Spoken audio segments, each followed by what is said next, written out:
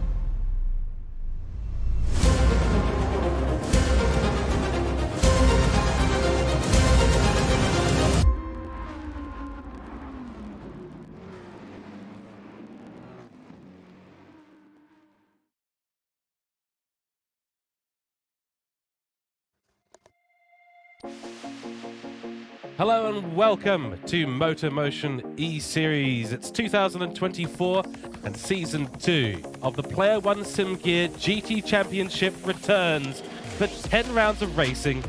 Today, on the 15th of October, technically, for the race, 19th for the broadcast, we return to Mount Panorama and the GT3 class racing kicks off once again.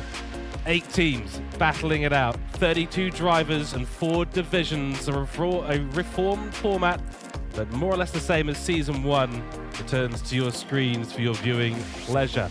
It's an intense calendar of racing. We're heading to Panorama first, Fuji, then Suzuka, and we head to Interlagos, Road Atlanta, Willow Springs International Raceway, the Nordschleife Red Bull Ring, Barcelona, and then we finish off the series in mid-December at Circuit de Spa-Francorchamps. What a calendar of racing we have ahead of us. The 4 divisions, of course, Elite, Pro, Pro-Am, and Am, split between 2 lobbies, Group A and Group B. We have each individual division with their own championship, and then the overall teams champions, where the teams will battle it out together. Let's get to the information and get ourselves introduced as well. And back in the commentary box and the broadcasting booth here, my name is George Cooke, and while it does say Nick Paldasso and Andrew Scott joining me today, it'll actually be the legendary Scott Taylor. Scott, great to be back in the commentary box. GT Championship returns. How are you doing? Yes, good evening. Good afternoon. Thanks for having me. Really excited to be here. I think it's shaping up to be really good. We've got some really good stacked lobbies here, and hopefully we'll be able to see some pretty competitive racing. I think so. I think that's one thing that the GT3 Championship always brings out, some really close racing, bop-enabled, of course. And there's the slight quirks, the advantages and disadvantages of each of the different cars. There's about 12 or 16 cars, I believe, that were available to the 8 teams. We'll run through a list of who's chosen what car. The car will be the same, of course, between all the competitors in the team. And now we get to talk about Player One Sim Gear, of course, stocking the widest range of sim gear under one quote-unquote virtual roof in the Australian market, sponsoring proudly the GT3 Championship since 2023. So go to www.p1simgear.com.au, check them out because they are doing incredible work in the market. And of course, we thank them so much for sponsoring the MotorMotion E-Series GT3 Championship. By the way, go and check out MotorMotion E-Series as well, www.motormotioneseries.wordpress.com for all the latest news, articles, standings, and championships coming up and in progress. It is the one-stop shop for everything you need with regards to MotorMotion E-Series. And go and check out our Facebook as well for updates, pictures, and broadcast information. You're watching live on youtube.com. And give us a like and subscribe as well. Always really appreciated. Right, well, we've got 2 lobbies to talk about today, Group A and Group B. We're heading to Mount Panorama. Let's talk about that. 50-minute races are going to be the standard sprint length throughout this season. So we're going to Mount Panorama, of course, for 50 minutes. Afternoon time of day, so it's a little bit cloudy out on track at the moment for both the lobbies. And potential for maybe a little bit of wetness on the track as well, which could turn out to mix things up just a little bit. So a cautious drive is going to be required for those out on grid as we head into the first round of the season. Medium compound tyres are mandatory for this round. Tuning is prohibited as always, but brake bias is allowed. Now, this is a great setup. It follows similar, Scott, to how TCR is set up. Yes, it does. We find that tuning can create some problems with parity, so we figure that these cars are best run on their BOP. That's probably the fairest way to run it, and then we leave it up to teams to test which cars they think suits their driving style better, and then they pick their top cars from there, and then the series organizer hands out those cars to those teams based on preference. There we go. Yeah, and of course choosing a car is almost like choosing a tune in some ways, as you kind of indicated there. Let's talk about Panorama, because this is of course the legendary Bathurst circuit, Bathurst 1000, the supercars, the 12-hour GT World Challenge events. It is a seriously difficult and fun bit of tarmac to race on. 6.2 kilometers, opened in 1938. Conrod Straight is 1.9 kilometers. The Mountain Straight is 1.1 kilometers. The lowest point to the highest point is 174 meters of elevation change as you head up Mountain Straight, head through Griffins, the cutting, Quarry Corner, and up to the top of the hill at Skyline, and then all the way down once again through the infamous Dipper and Forest Elbow and down towards the Chase and Murray's Corner back onto the main straight. It's a fantastic bit of circuit. And what a place to start off the round one. Very intense, sort of a baptism by fire in some ways. Yeah, it sure is. We finished season 1 of the GT3s at Mount Panorama, so it felt only fitting to kick off season 2 there as well. One thing, I've never driven around Mount Panorama myself in real life, but I know a few people who have, and they said the one thing that the TV just does not portray correctly is the steepness of the track. They said it's so steep from turn 2 up to the top. He said the TV just does not do it justice at all. Yeah, I can just imagine. I did see a quali-ish lap done with a commentator sitting in the passenger seat of a supercar's V8, and he was terrified. And you could see some of the angle of the car. It was absolutely terrifying. So, you know, these drivers have got their work cut out for them today. Of course, we get to thank Mayor Griffin, back in the day, who decided to commission this track as a quote-unquote scenic drive after getting told he can't make a race course. And then, of course, just said, right, well, it's a scenic drive. It's also a race course. There you go. Best use of political power I've ever seen in my life. Absolutely brilliant. Absolutely. That's one way to get through a loophole. It certainly is, yeah. All right. So before we condone abusing political power any further on the stream, let's jump straight into talking about Group A. Of course, 16 drivers in each of the groups, 32 overall, 8 in each division. So Group A, of course, is pro and the elite and the pro drivers. A mix of them, of course, will be in qualifying. So this is the qualifying results we've had. The drivers do get to go out there before we get the results, of course, so they can actually set their qualifying laps. And Lewis Atkinson for Hooncorp Esports making a return. First time, I believe, him doing the GT3 Championship, but he's certainly no stranger to MotorMotion E-Series and Hooncorp Esports becoming more and more involved. But Lewis Atkinson, great pole lap there, puts himself in P1, just ahead of Gopi Mahinderjit for Diffusion Race Engineering, the Kiwi team, also making a return to the GT3 Championship grid. Dan Wood, a late sub for Andrew Scott at Gridline Racing, making it his way up into P3, followed by Chris Lashbrook for Hasselone Motorsport. So these are elite drivers at the moment, these guys. I think the top 6 are all elite drivers. Then in P5, Matt Dernedy for CP Motorsports, another team making a return. Most of these teams involved in the Porsche Cup earlier on in the year, plus the TCR seasons in 2024 as well. Nice to see everyone making a return. Just goes to show the retention at MotorMotion E-Series. Very, very high, well-organized place to come and race. Continuing down the field, Nathan Wakefield, also known as Old Wakey to those in the business. P6 for him for Black Rose Racing. And then Mick Hill is the first of the pro drivers, so just behind the elite category, MP7 for him. Then Luke Stone lines up in P8 for Lightning Motorsport. Jeremy Crow, also known as Birdman, in P9 for Black Rose Racing. Nick Pfaff returns to Asta Racing after a lot of changes in their driver lineup across 2024, but Asta Racing getting nice and solid with Nick Pfaff, who's become a real part of the community.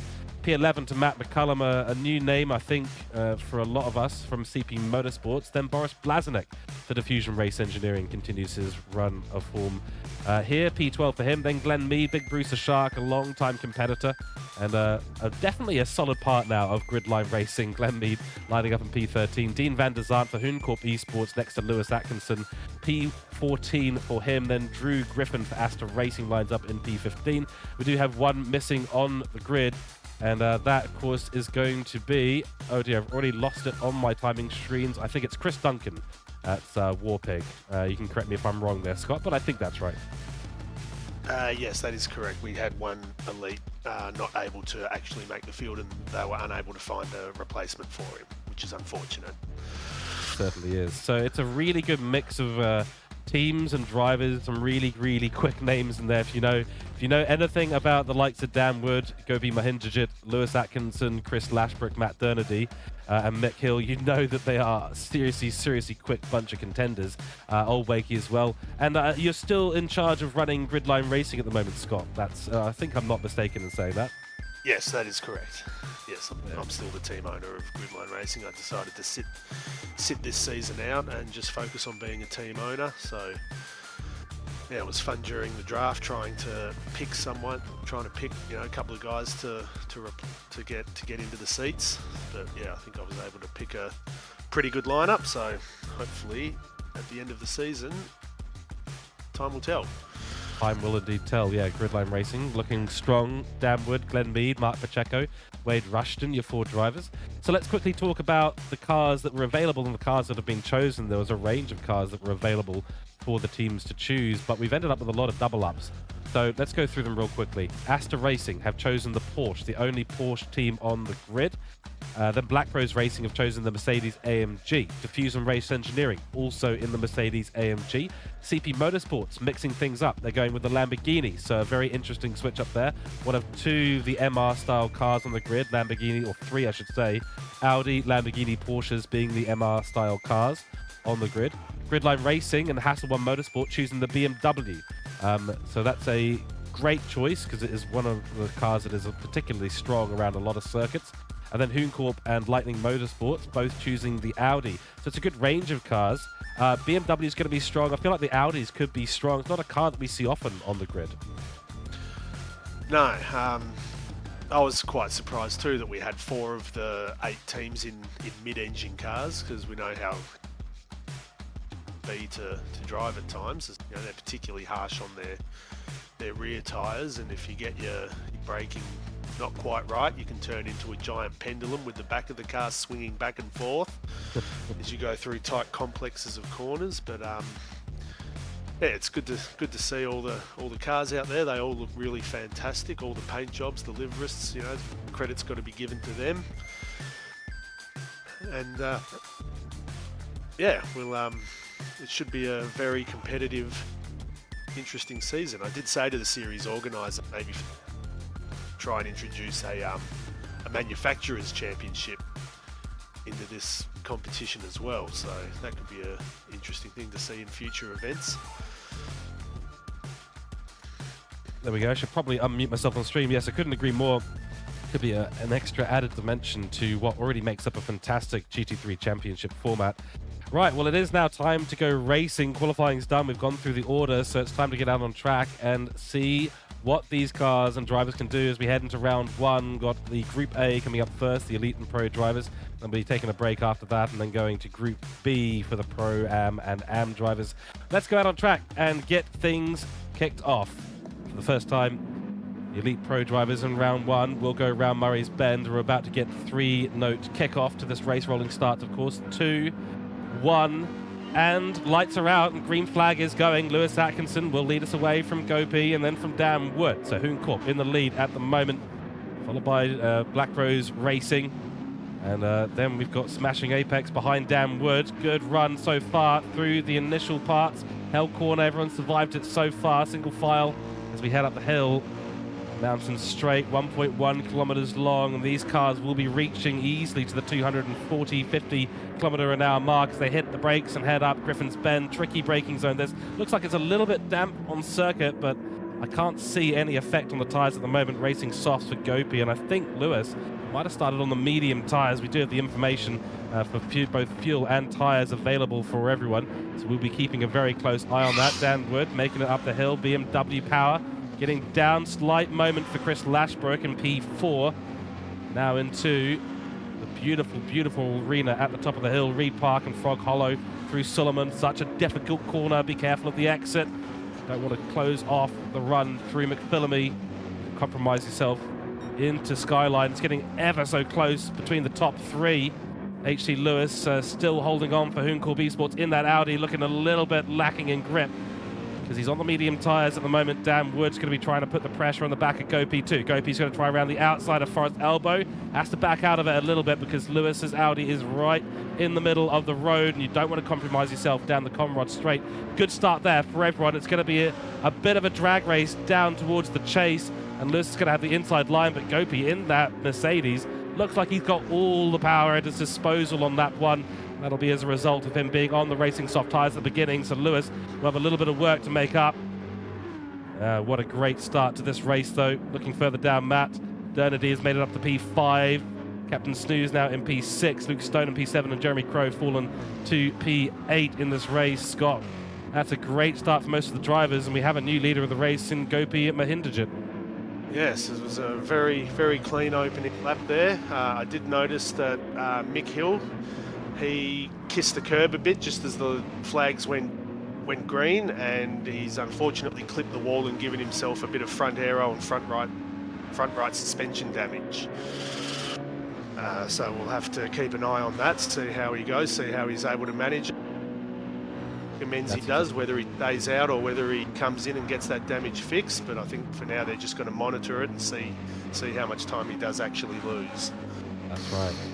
In the meantime, Dan Wood made a nice overtake on the inside onto Griffin's Bend. Of course, a note for everyone who is watching who's not familiar, damage is set to heavy in the GT3 Championship, which means you need exceptional driving skills, and you need to make sure you stay out of the wall, because all that damage is only repairable as you enter the pits and stop the car, so you don't want to be holding any damage. So really unlucky there for Mick Hill early on in this race, not able to keep it out of the barrier. It's one thing with these cars, they are very low to the ground. Do see this a lot in the GT World Challenge Bathurst 12 hour. As soon as these cars bottom out, and they do that a lot around a track like this, you will find yourself suddenly a passenger as opposed to a driver. Not a lot of fun. Lewis having a few moments down the dipper. The MR cars don't like that dipper section at all. It just throws the balance of the car off completely. Yes, it is a very tricky section of track to get the MR cars through there. As I said earlier, you've got to be so careful not to turn the back of that car into a pendulum. It's a completely different braking and accelerating technique compared to the front engine cars that we're seeing on the grid as well. So you'll find that they'll get down through there a lot easier than the MR cars. But the FR cars seem to do a little bit better around the rest of the a bit better turn in, and just a little bit better handling characteristics overall.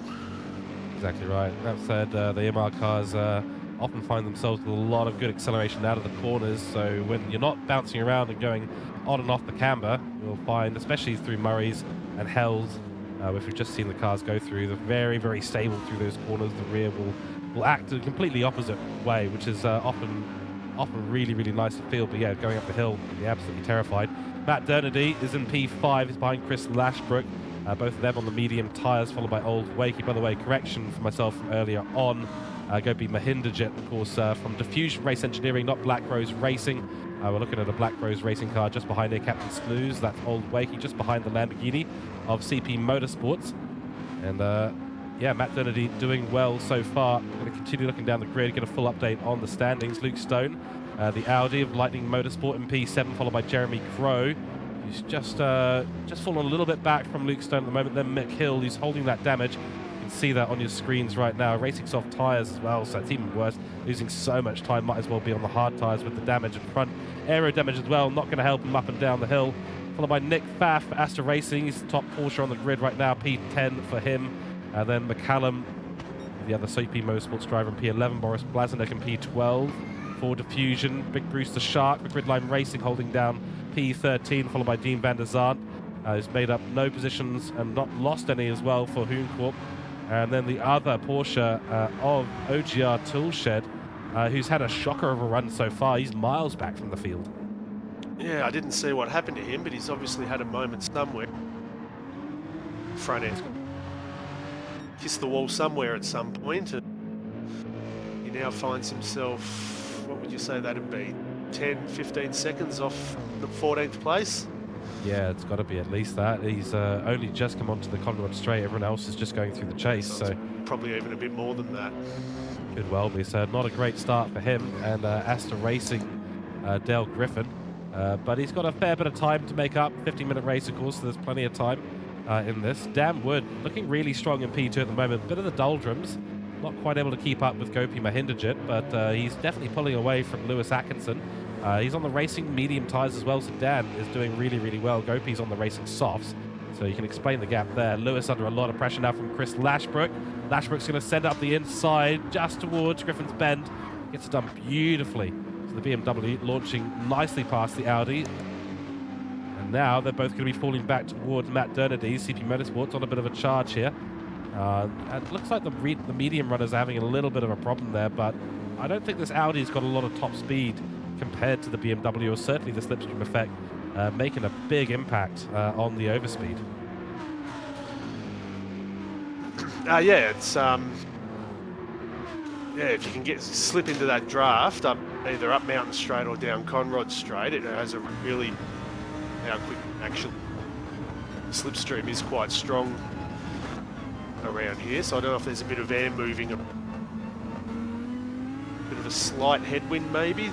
So sitting in that draft is really going to pay dividends for the car that's doing the drafting.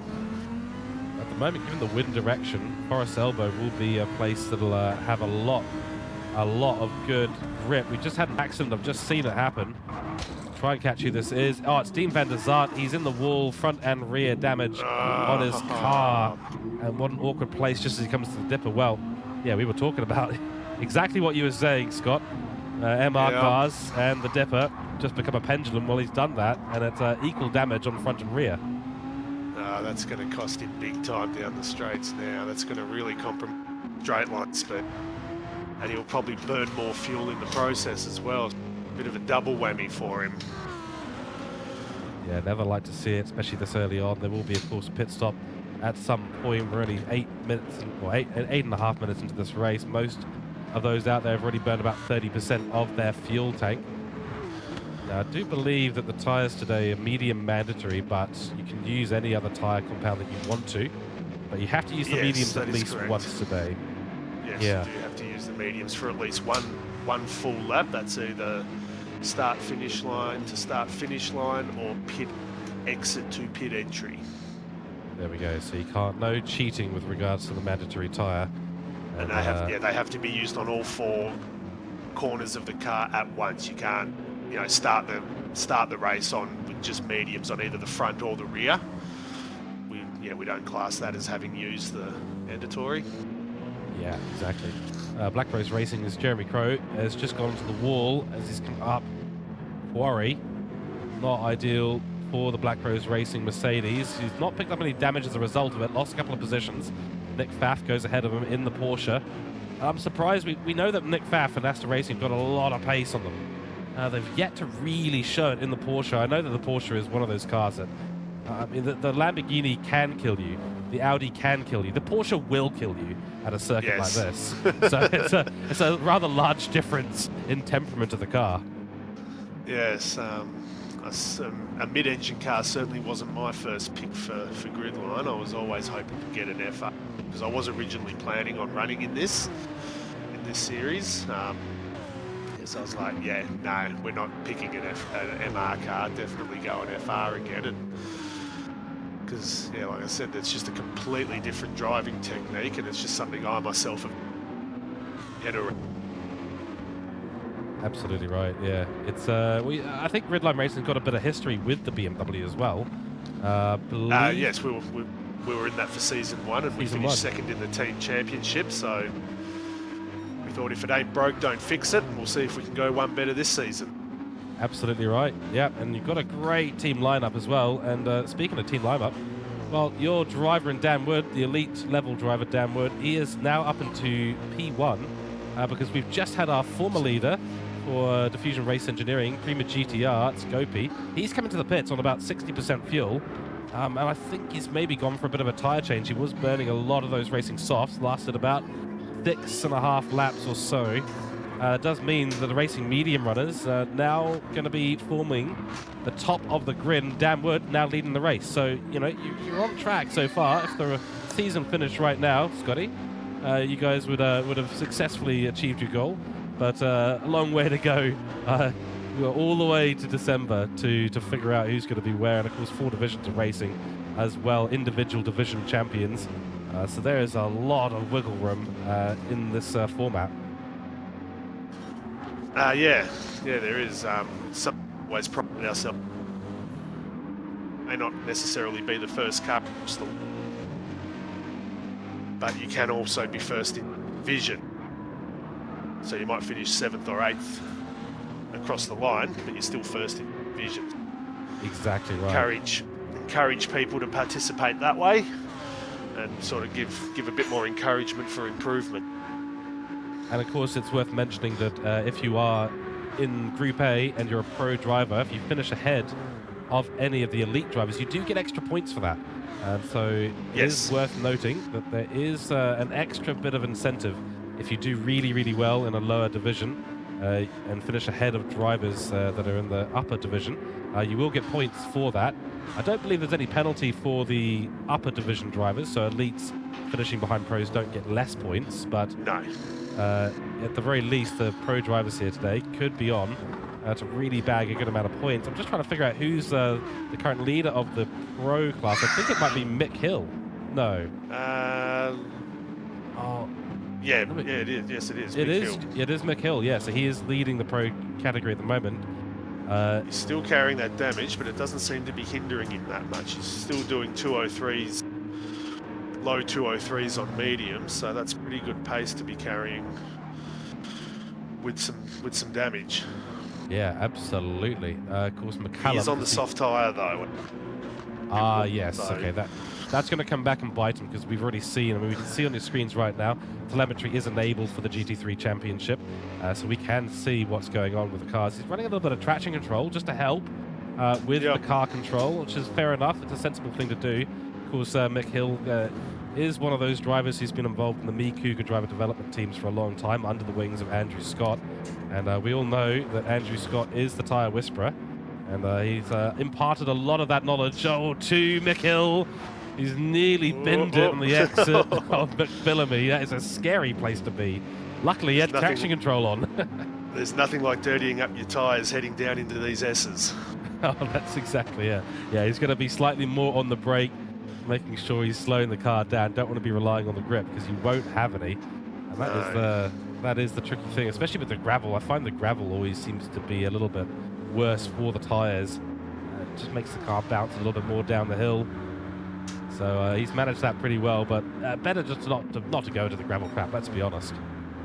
Yeah, exactly. If you can, just avoid it. It's always the better option. So continuing to look around the field here, Old Wakey.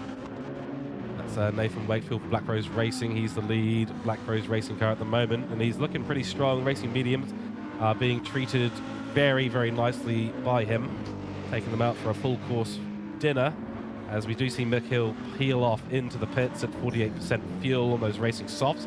So he got a couple of laps longer than Cooke, who, by the way, we haven't actually seen come back out onto the track. I've just noticed this. No, I've noticed that he's still sitting in the pits. He must be having some issues. He must be indeed, because he has been there now for a long, long time. Yeah, he's we're just on the 8th lap now, and he's about 2 laps down now, I believe. Oh dear. Okay, he's been sitting there for about 4.5 minutes. So that was looking really good for Diffusion Race Engineering, leading the race by some margin. Coming into the pits, it looked like he, compared to Mick Hill, came in a little bit early.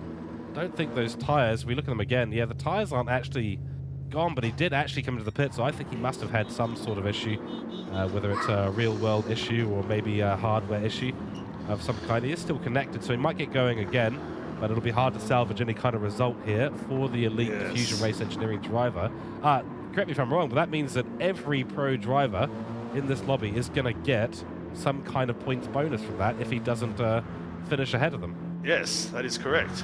Every pro driver will get at least 1 bonus point. Well, that ain't so bad for the rest of the field, but commiserations, of course, to Diffusion Race Engineering. Not ideal way to start. You don't really want to see him.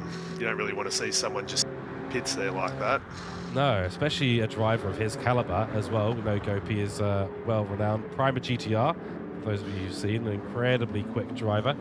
He's done a lot of racing in a lot of different leagues, subbing in for different teams, amongst other things.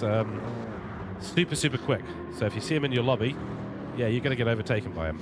Yes, we knew he was definitely going to be one of the big guys to sign, and whoever got him, very competitive division. That's right. Diffusion Race Engineering, they've had a mixed bag of results across all the championships they've been in. All moment there for Lewis Atkinson, still being chased down by Matt Dernetti. But yeah, Diffusion Race Engineering, a mixed bag of results. They've done incredibly well in some races, but their overall season result has always seemed lacking. I do recall back in season 1, I think they were in the BMW as well, one of 2 teams, yourselves and Gridline Racing and Diffusion Race Engineering, but they had a couple of really, really good results, but just not quite enough. I think it was Dean van der Zaan who was driving for Diffusion last season. Struggling to recall, that could be absolutely wrong. But yeah, as I said, a mixed bag for Diffusion Race Engineering. So having Gopi in their team, that's going to really elevate things. They've got Boris Blaznik, Aiden Sampson, who's a regular with Diffusion Race Engineering, and then a new name to me, Bob Massey, joining up in their AM class drive. We'll see those two later on. Of course, Aiden Sampson, another well-known name in the MotorMotion E-Series lobbies. Yeah, Aiden's definitely well-known with the E-Series community, so... yeah, they've definitely had the lineups over the season, but they've just never really seemed to be able to pull it together for a season to be able to finish sort of right up at the pointy end of things. But hopefully this season will be different for them. That's right. And there'll be a lot of teams hoping their luck will slightly change, but it'll come down to the individual contributions of the drivers. Everyone's got an equal shot, regardless of division, of producing points for the team. So it's very critical to keep people motivated throughout the season, which I'm sure the teams will be doing. Such exciting racing at the GT3 Championship, as always, in the Season 2 format. It's just been getting me going, it really has been, because it's just great. And love to see the return of GT3. He's done a lot of TCR, of course, yourself in the background administrating that, and TCR is absolutely fantastic.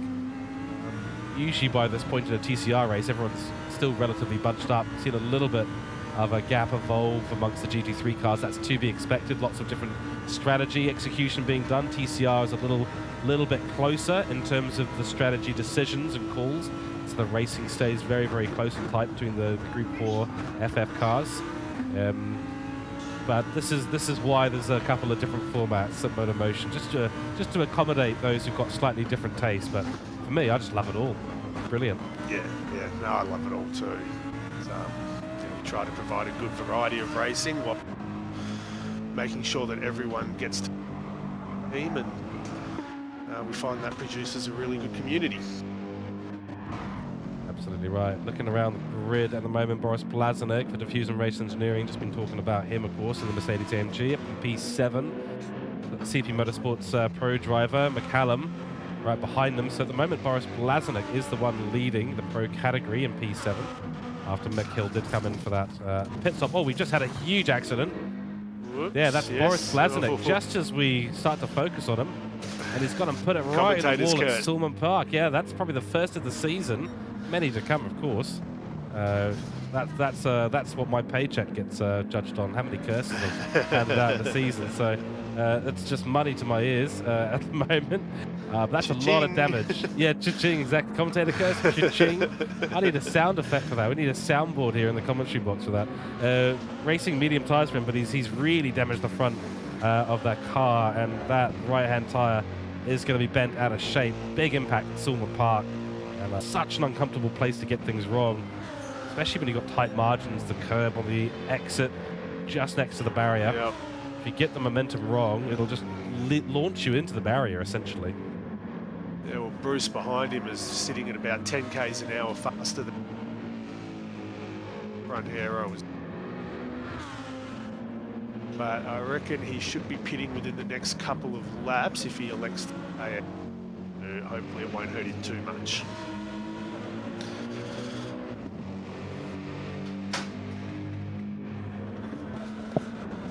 Oh, is it? I've just moved it a bit closer, so we'll see how that goes. Oh, all right, a few technical things for us to sort out in the comms box here, as always. Yeah, these two now in a bit of a battle, but it'll be a matter of when, not if, for Bruce the Shark. There he goes, Glenn Mead. Easy as you like, pro category. And now up into P8 for Gridline Racing. Thank you very much. I'll take that position, says Bruce. Yeah, that's right. He's quite happy to have that. Because Bruce the Shark, we first mentioned him in TCR Season 1, where he came in and did a bit of substitute driving for, I think it was Gridline Racing, actually. Yeah, I vaguely remember that. I think he was... Time ago now. It's a long time ago, that's right, yeah. I think, just trying to remember, I think it was Mark Pacheco couldn't make a few races, or something like that, and he jumped in. And then he's become a bit of a staple. Kiwi driver, of course. He raced for Diffusion in Season 1 of the GT3s. Ah, yes. I was able to poach him away from Diffusion for this season, so happy with that. You poached one of the only Kiwi drivers away from one of the only Kiwi teams. How dare you, mate? That's how we do things. That's how you do things, yeah, exactly. Of course, it's an interesting format about how the drivers get chosen and graded. We actually do a pre-qualifying event. So it's a fixed car, fixed track, qualifying times get set. You submit those, and then, as I understand it, each team has got a cost cap.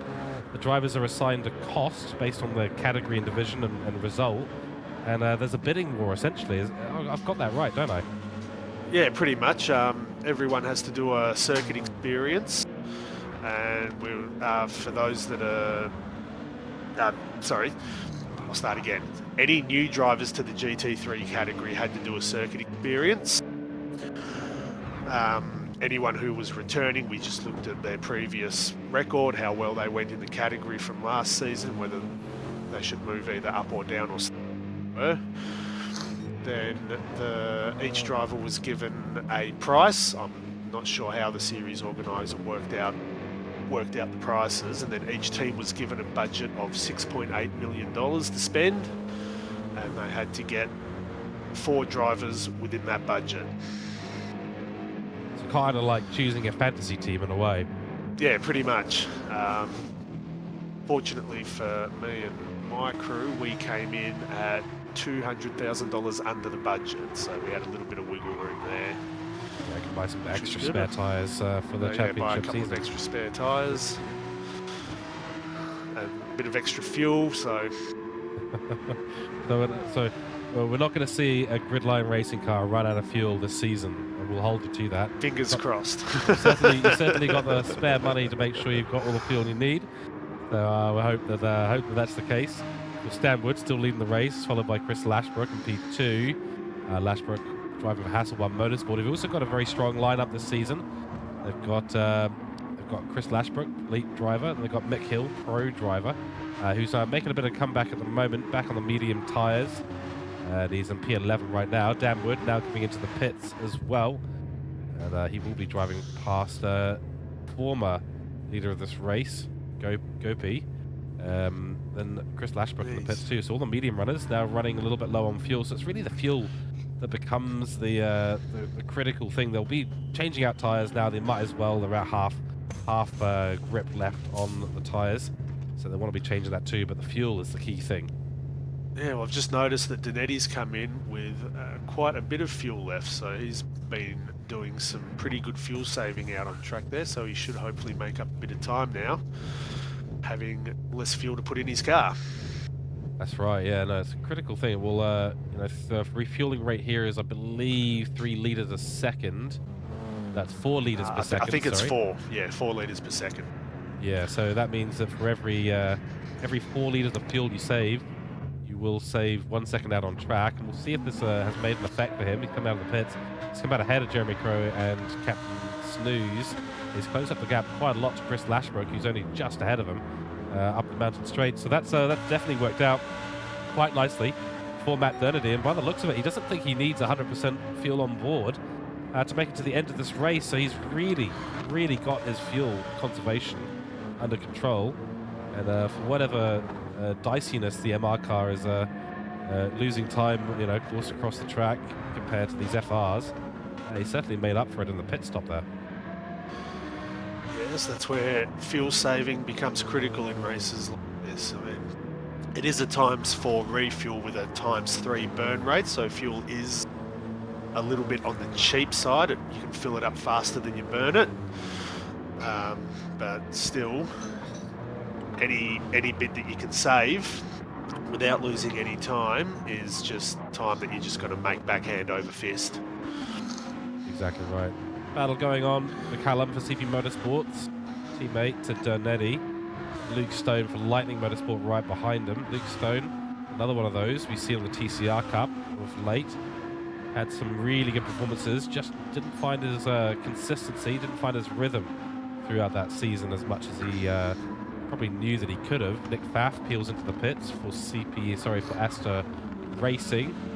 Ended up in P2. Of course, that's just a provisional area on the grid for him.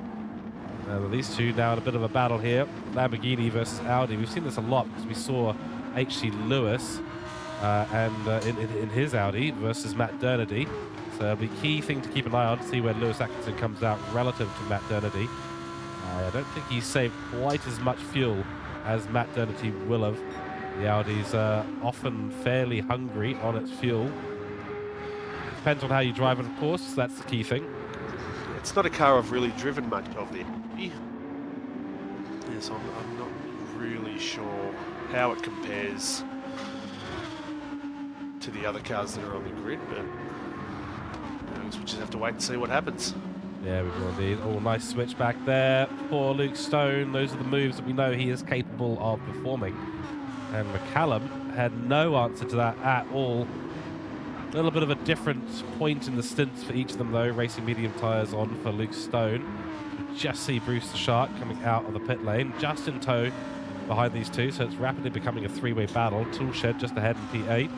So this two-way battle became a three-way battle, rapidly turning into a four-way battle as we head towards the last 20 minutes of this race. We're just coming up to half an hour through. It means 20 minutes to go after we get to that point. And yeah, easy as anything for Luke Stone to get past. Just needs to make it through the hill and start another lap as he catches up to the Porsche ahead. So it's all the MR cars starting to bunch up. But Toolshed's got to go to the pit really, really soon. He's low on fuel and low on tyres. He's got about a lap or two left of both before he'll come to a grinding halt. Lewis is now into the pits. He ran that, I think he must have been running on rags there because nothing left in the tank at all. So you might lose out a little bit. Yes, Lewis, no stranger to running on the smell of an oily rag in these races. He's has climbed that to perfection, though. One of those things where you really need to know your percentages of fuel and usage at a circuit like this. If you don't, you will run out of fuel, and it'll be right at the beginning of the Conrod Straight. Yeah, and then you can sit back and grab yourself a snack while you wait for your car to idle down, and you just get to watch everyone else go flying past you. Exactly, and the fear of going at 50 kilometers an hour just after the kink in the Conrod Straight as other cars come by at 280. Yeah, terrifying, absolutely terrifying. It's scary enough going side by side at full speed. Just knowing where to put the car when you're going slow. Oh, just close your eyes and hope for the best. Yeah, that's right. Yeah, yeah. Bathurst is a place of skill, consistency, and guile.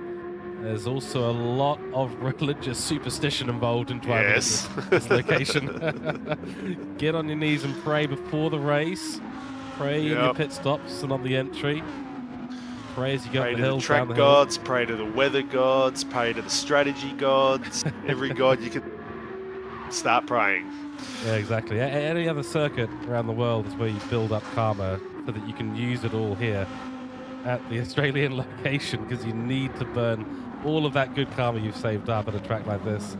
And oh, Lewis slightly sideways as he heads down the dipper. That's what the riskiness in the Audi's temperament is. Just likes to have the rear end slip out. Really got a lot of power, which is also, you know, the thing that you're trying to do down the dippers. Get that little bit of power applied to keep your grip up at a good level, otherwise the car rear end or front end starts to slip away from you if you're on the brakes all the way through that section. Very tricky to manage the momentum of the car down Skyline through the dipper, and that little touch of acceleration at the wrong revolutions in the Audi can really just step it out. Really affects any of the MR cars. But interestingly, Lewis out on the medium tyres and refueled just ahead of Matt Dernedy, who he is fighting in this race. Dernedy is on the mediums as well. And that is Mick Hill, and he has absolutely cooked it in Murray's corner. Massively cooked on his mediums, was running up in third place, and he's really done himself a disservice. Would have had to come into the pits soon anyway. Boy, oh boy. Ends up turned around and in the gravel Very trap. unlucky for Mick. He was showing some boost there, having a good recovery drive from that damage he made on lap 1. But he doesn't seem to be carrying any damage now, so he's fortunately kept it off the... Must have just been a slight riding of the apex at Murray's. We see that all the time. Yeah, it's Such so a easy to tricky do. curve.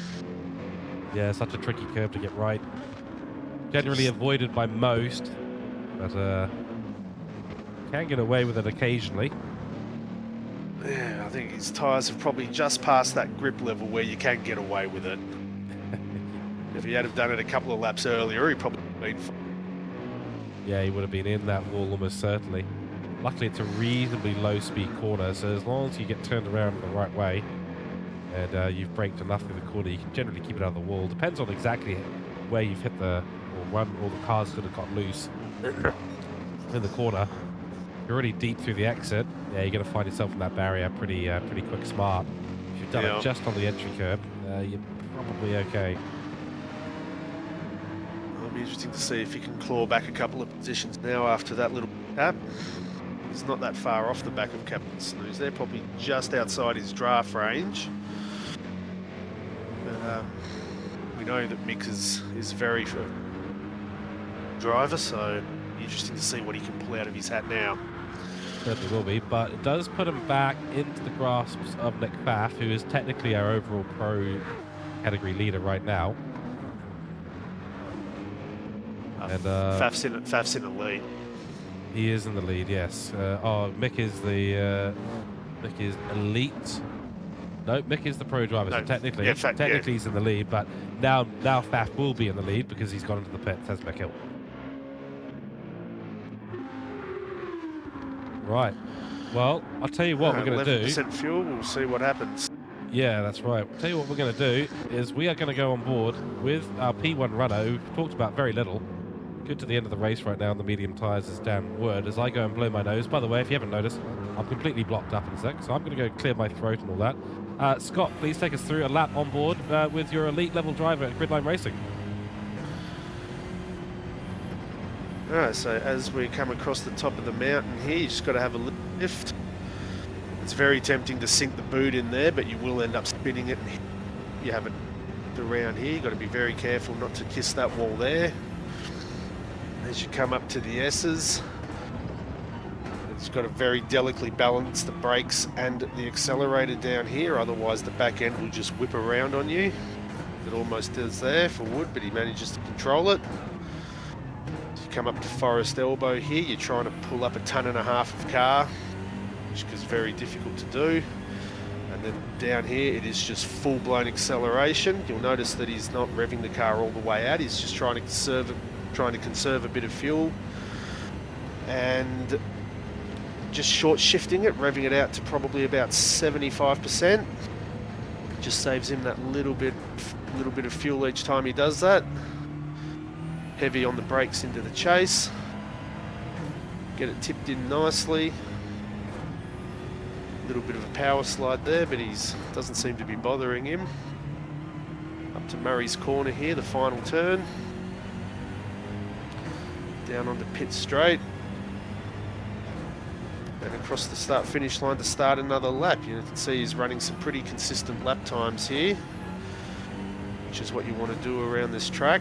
The more consistent you are, the better you'll be off. Another full acceleration up to Mountain Straight. He's got a bit of a headwind up here, so he'll be able to brake just a little bit later than what he normally. Coming up into turn 2.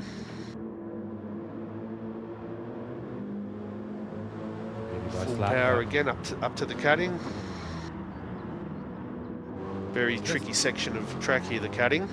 I was going to say, because as you come up the hill, and suddenly it's slightly off camber, then on camber as you swing it through, and suddenly you're back on power, but the car does not want to play ball. That was a little bit of contact with the barrier there. Oh, little scrape there. His liverist will be having words to him about that. Yes, that cutting can be tricky because that's where the track really gets steep. So you've got to be really careful not to just sink the boot in and light up your rear tyres. Exactly right. Yeah, I'm sure the livery. Oh dear, excuse me, ladies and gentlemen. Bless you. Yes, thank you very much. Trying to keep that off Michael for the last 20 minutes, and now I've just gone and done it, involuntary. I'm sure there's also a clause in the contract you've got with your drivers for every gram of paint they take off the car, you take a bit of money out of their paycheck. Exactly. There you go. And were you the one supplying the livery for GLR? I did, yes. Very nice work as always. Love a little bit of blue. Each of the cars, yeah, that blue is different on each car. Bruce has an orange on his car. I think Mark Pacheco has a green and Wade Rushton has a yellow. Excellent. On there, just to distinguish the cars. Well, we appreciate that in the commentary box. I'm sure you've realised you might have got roped into commentary duty at some point. Surely that's the reason to have it nice and separate. Of course, always appreciated. So let's look through our grid order at the moment as I slowly recover from my blocked nose. Dan Wood for Gridline Racing leading us away at the moment from Chris Lashbrook. Of course, in P2 right now. And I'm just trying to figure out the team that he's in. I've completely forgotten, which is shocking. That, of course, is Hassel One Motorsport. Hassel One Motorsport with a Shell-based BMW livery. And then Lewis Atkinson, good to the end at the moment, still holding off CP Motorsports. Hoon Corp Esports, of course, a name most are familiar with now in MotorMotion. They've only been here in 2024, weren't involved in racing last year, but a team that's involved all over the place on many platforms. A team that I've been involved in ever so slightly in some respects or another. Met the team boss, Nathan Howe, a couple of times as well, which has been great. But Lewis Atkinson, another person I've met, has been competing in some leagues that coming to their conclusion in about a month's time. I won't mention those by name on circuit, on MotorMotion. Don't like the cross-pollination of advertising. But Lewis Atkinson still holding on to P3 right now. That, though, is not a good run through Forest Elbow. There's something about the way that this Audi moves down the hill. It is sideways more than it's straight. Yes, the joys of an MR car. Lewis is actually quite an aggressive driver. He's always driving right on the limit, and just every so often he finds where that limit is and goes just a little bit further. Yeah, that's exactly it. Yes, he's a fan of the go fast and send it approach, which he is incredibly good at. He's an incredibly quick driver. But yeah, when he finds those limits, I mean, the MR car Bathurst, you're going to be finding those limits without really doing much different than you do in a normal car around a circuit like this. So he's finding those limits every single lap. As is Matt Dernedy, not to the same degree though. More or less equal on fuel and tyres between the two. Dennedy's using his tyres up just that little bit more. which is not going to be ideal for him. We've got about 10 minutes left in this race, so it's about 5 or 6 laps to go. We should be finishing on about lap 26. Dan will probably come across the line just before the end. Well, it might be just 5 laps. We shall see. We'll keep an eye on that. Then back in P5, it is old Wakey. Black Rose Racing. Mercedes AMG. Holding on to P5 has been a good result for them. And then, of course, our first pro driver. All the drivers aforementioned, the top 5, all elite level drivers. And then Luke Stone for Lightning Motorsports. Looks like he may not have to pit again, but it's going to be very close for the Audi driver. And, of course, he's got Bruce the Shark and Mead right in behind him. We did say that the battle between Bruce the Shark, Mick Hill, and Luke Stone was going to evolve, and it is evolving right now as Mick Hill pulls out to the inside line at Griffin's Bend. No grip around the outside for Glenn Mead. And that means Mick Hill has made the position successfully. Grid line fall to P9 in the pro category. Technically just 3rd overall. Yeah, Bruce just gave him a nice bit of space there. Nice clean racing from Bruce. Just saw him coming and was like, you were. There's never much point in fighting if you end up on the outside line into Griffin's Bend. No point fighting. There's no grip out there. No.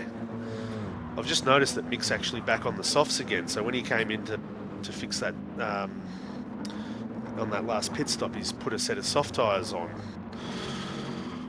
Interesting. Yes. So that's why to see how they go in. Well, yeah, in 4 or 5 laps, he should be okay. He's just got to not push the car too much. Yeah. He is the only man on the circuit to have done 2 pit stops in this race. Still managing to be in P8 as well for Hassel 1 Motorsports, so it's a good drive from McKill. Shows that Hassel 1 are here to really put the pressure on the other teams in this BMW. Yes, they're not here to simply make up numbers, that's for sure. Yes, the Hassel 1, not Hassel all. Exactly. The team lead, Mark Hasseldean, might chuckle at that one. I'm sure he's had all the jokes over the many, many years of his life. Yes, no doubt. But no, aiming for the top spot, of course, as is every single team on the grid. Right now, Gridline Racing in the prime spot for Elite Championship.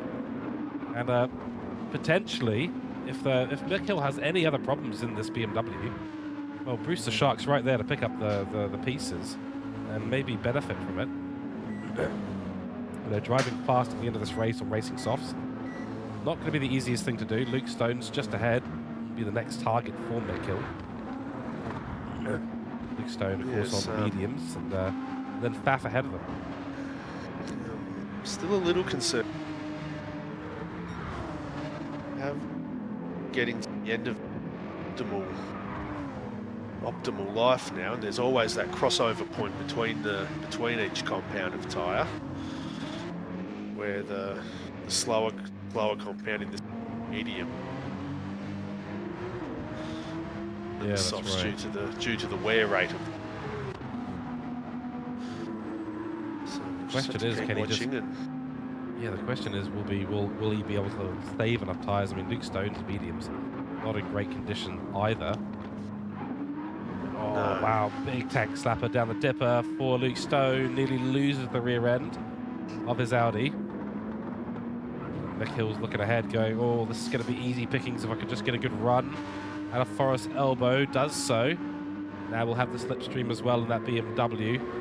Not quite sure about the comparison between the top speed between the cars, but the racing soft tyres at the very least will be able to put the power down a little bit better than the Audi ahead of him. And you'll be able to brake a little bit later too. That's exactly it. Pulls into the outside, brakes late. Oh, nothing Luke Stone can do about that. Actually, a little bit of argy-bargy on the exit there.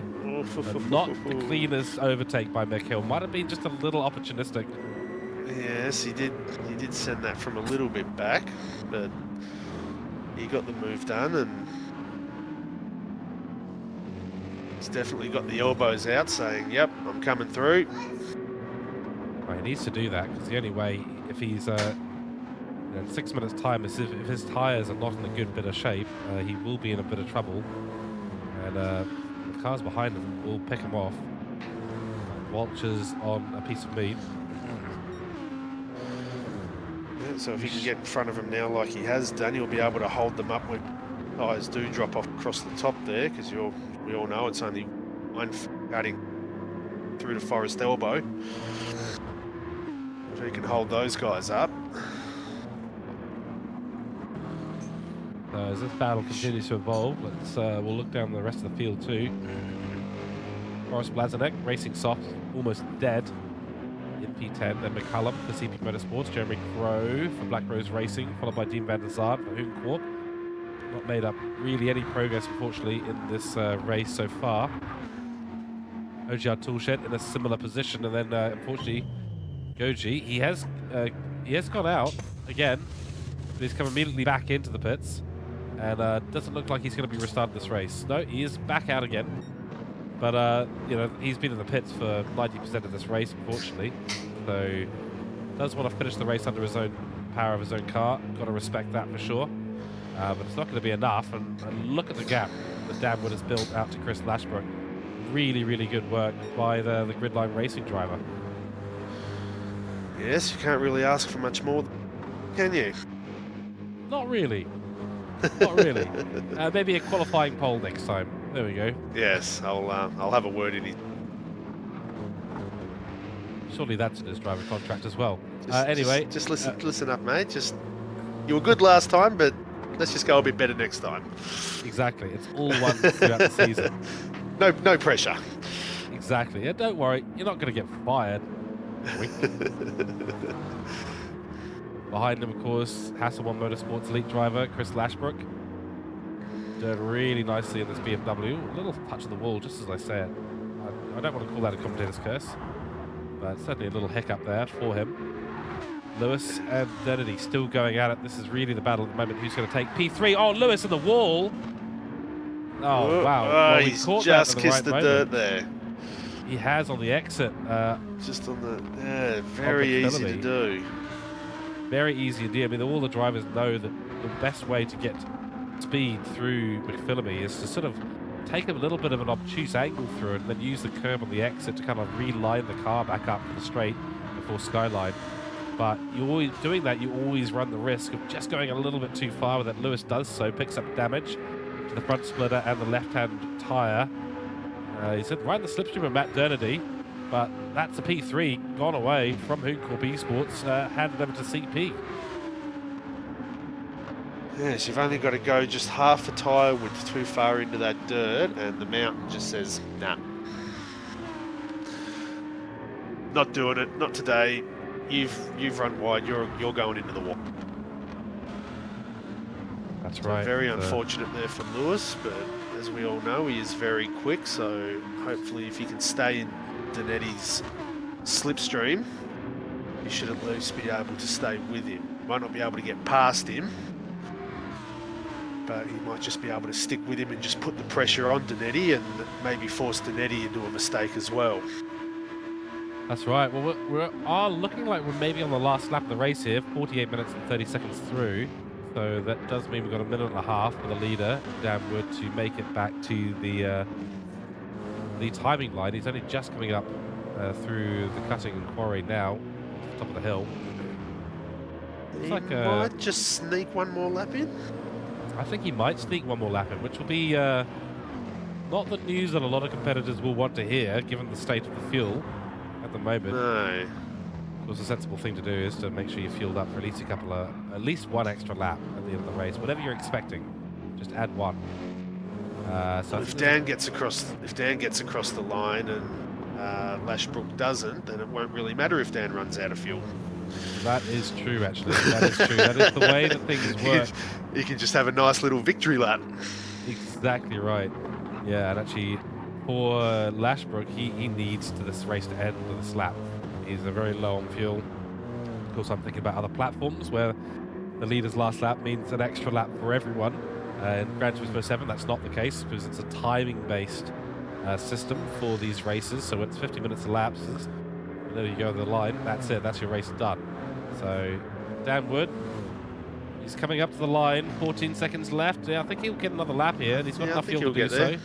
So victory lap for the Gridline Racing driver across the line with 5 seconds to go. There we go. Last lap for Dan Wood. In the meantime, The rest of the field, they will be done this lap. So Hasselblad Motorsports, Chris Lashbrook will take P2 in this race, and that is his race all done and dusted. Great result for Hasselblad at the start of the season. Matt Dernedy has taken it. Oh, Captain Snooze, that's old Wakey.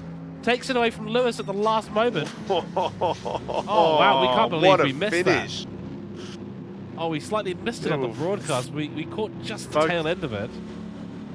Yeah, we were focusing so much on I'll tell you whether what, Wood was going to make it across the line or not, but... Yeah, you've got the replay computer just across from you. Do you want to take a quick look, see what's happened there to Lewis Atkinson? But he's lost essentially the place earlier on to Matt Dernedy. Not able to take it back. And then old Wakey's come through. Nathan Wakefield for Black Rose Racing sneaks into fourth place. He's had a big power slide out of the chase, which has allowed Snoozy to close up on him. Oh dear. Lewis has gone defensive. And done another little slide out of the last corner, and it's just allowed Snooze to get the power down a little bit earlier and get him across the line. Wow, okay. By probably half a car length, if that. That is unfortunate for Hooncorp and Lewis Atkinson. Right at the end of the race, last lap. It just does not work out for him. Here's your race results on the screen now. Dan Wood for Gridline Racing takes the first victory in the elite category this season. Chris Lashbrook for Hasselblad Motorsport takes P2, 36 points for him. Matt Dernedy for CP Motorsports in P3. Nathan Wakefield sneaks into fourth place at the end of the race after Lewis Atkinson, who came home in P5, loses a couple of positions in the last couple of laps to some avoidable mistakes, unfortunately. Nick Pfaff for Asta Racing rounds out the top of the elite drivers in P6. Then it's Mick Hill for Hasselblad Motorsport. Takes a very, very well-deserved bit of points home. And the top of the pro category as well for him. So he'll be absolutely stoked. Hasselblad Motorsport getting a great start to this season. Looking further down the grid, Luke Stone for Lightning Motorsports takes P2 in the pro category, followed by Glenn Mead for Gridline Racing. So great results there for Gridline Racing as well. Black Rose Racing takes home P10 with Jeremy Crow in the pro category. Boris Blazanik for Diffusion Race Engineering, followed by Matt McCullum in P12 for CP Motorsport. Dale Griffin for Asta Racing in P13. Dean van der Zaan, the other Hooncorp driver, in P14. And then Gopi Mahindranjit, unfortunately with some hardware or real-life issues that he's had to resolve, not able to make the race in its entirety. So the elite driver finishing P15 this round and giving every single pro in this group an extra couple of points for them finishing ahead of him. So Diffusion Race Engineering will have a little bit of work to do to understand what's gone on and fix it for the next race. Yes, I did just hear from the pit team that they were talking about he had a couple of misfiring cylinders in his car. Oh dear, oh dear, in his engine, and they couldn't seem to get them to work properly, so they thought it'd probably just best to pit it, see what they could do, and then just send him out for a couple of laps to see if they've rectified the issue for next round. Well, hopefully for them, they have indeed done that. We'll keep everyone updated with the news there from Diffusion Race Engineering. Now looking at the elite standings, of course, Dan Wood from Chris Lashbrook, from Matt Dernedy, from Nathan Wakefield, from Lewis Atkinson, Nick Pfaff, Gopi Mahindranjit, and Chris Duncan. So 44 points there. Dan Wood leading the elite category. In the pros, Mick Hill leading for Hasselblad Motorsport, followed by Luke Stone, Glenn Mead, Jeremy Crow, Boris Blazanik, Matt McCullum, Drew Griffin, and Dean van der Zaan. So those are your elite and pro standings. And now we're going to talk very, very briefly about our driver of the day, and then we're going to go to a quick break, and then we'll be back for Group B coverage. So I'm going to throw you straight under the bus, Scott. Driver of the day, any thoughts? In my totally non-biased opinion, I would probably have to give it to Dan Wood, given that he was a last-minute sub in and he just drove the car completely flawlessly from lap 1 to lap 25. So, yeah, my vote goes to Dan Wood. Okay, very good. I think I'm going to put my vote with Mick Hill for the drive back. He had a whole bunch of issues, slightly self-inflicted, of course, but overall, you've got to respect it. To have so many issues, 2 pit stops more, 1 pit stop more than anyone else on the grid, and to still drive it back into a great position. For me, that's a very, very good bit of driving there from Mick Hill. All right, let us know in the chat who your driver of the day is. We'll do a little tally, of course, and see if we can hand out some congratulations to the driver that gets it. And we're going to take a 5-minute break. We'll be back in about 5 minutes' time to give you the Group B coverage. And so stay tuned. Just give us a like and subscribe. We'll see you in 5 minutes.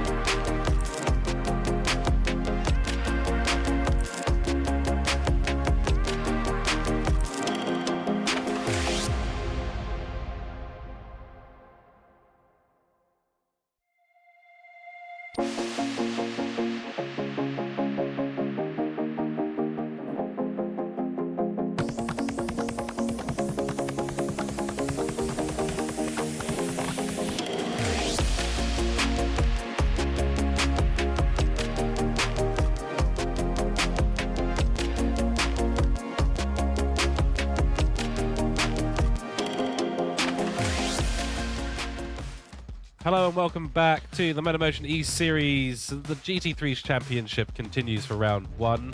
Second ever season of the GT3 championship here. Of course, sponsored by Player One Sim Gear here at MotorMotion E-Series. Second season running in 2024. We've just had a great bit of action in the opening round at Mount Panorama for Group A. That's the Elite and Pro drivers. Now we'll be looking to the Pro-Am and Am category. And all the same 8 teams, all the same cars, but 16 different drivers now going to be going and competing for the titles of Pro-Am and Am. I'll get it right eventually, Scott, but it was a good bit of action. Let's jump into the qualifying results and see exactly where people have lined up. And Hassel One Motorsport looking to be on a bit of a roll here. Jackson Dean, a new driver for their team, has qualified in P1. Aiden Chase qualifying in P2 for Asta Racing. Then Mark Pacheco for Gridline Racing taking a P3 in a good spot. He's got the green highlights on his Gridline Racing BMW. Jack Finch, Black Rose Racing, lines up in P4, followed by Rob Jacobs for Whom Corp Esports in P5. Aiden Sampson for Diffusion Race Engineering, P6. Shane Attard lines up in P7 for Asta Racing. Then it's Richard Robinson for Black Rose Racing, Mitch Collin in P9 for Lightning Motorsports, Scott Dillon for CP Motorsports, Troy Britnell for Lightning Motorsports, Wade Rushton for Gridline Racing, a familiar name for them, Kevin Cooper for Hooncourt Esports in P13, and Graham Splint in P14 for CP Motorsports. A couple of drivers not able to make it to the grid today. We'll try and figure out who those are. I think Bob Massey might be one of them for Diffusion Race Engineering. And Yep. That is correct. Yep, and Graham Splint is here, but I think we are missing... Actually, I'm not quite sure. It might be Mark Hasseldine. Or Hasselwood Motorsports. We'll just double check this. We've got 15 on the grid, so... Yeah, so that we might have a slight mix-up with our qualifying result graphic that's on the screen right now. There's only 14 drivers in the lobby. But we'll figure that out as we go. So I think it is time just to crack straight into things. What do you think, Scott? Let's do it. Absolutely. Okay.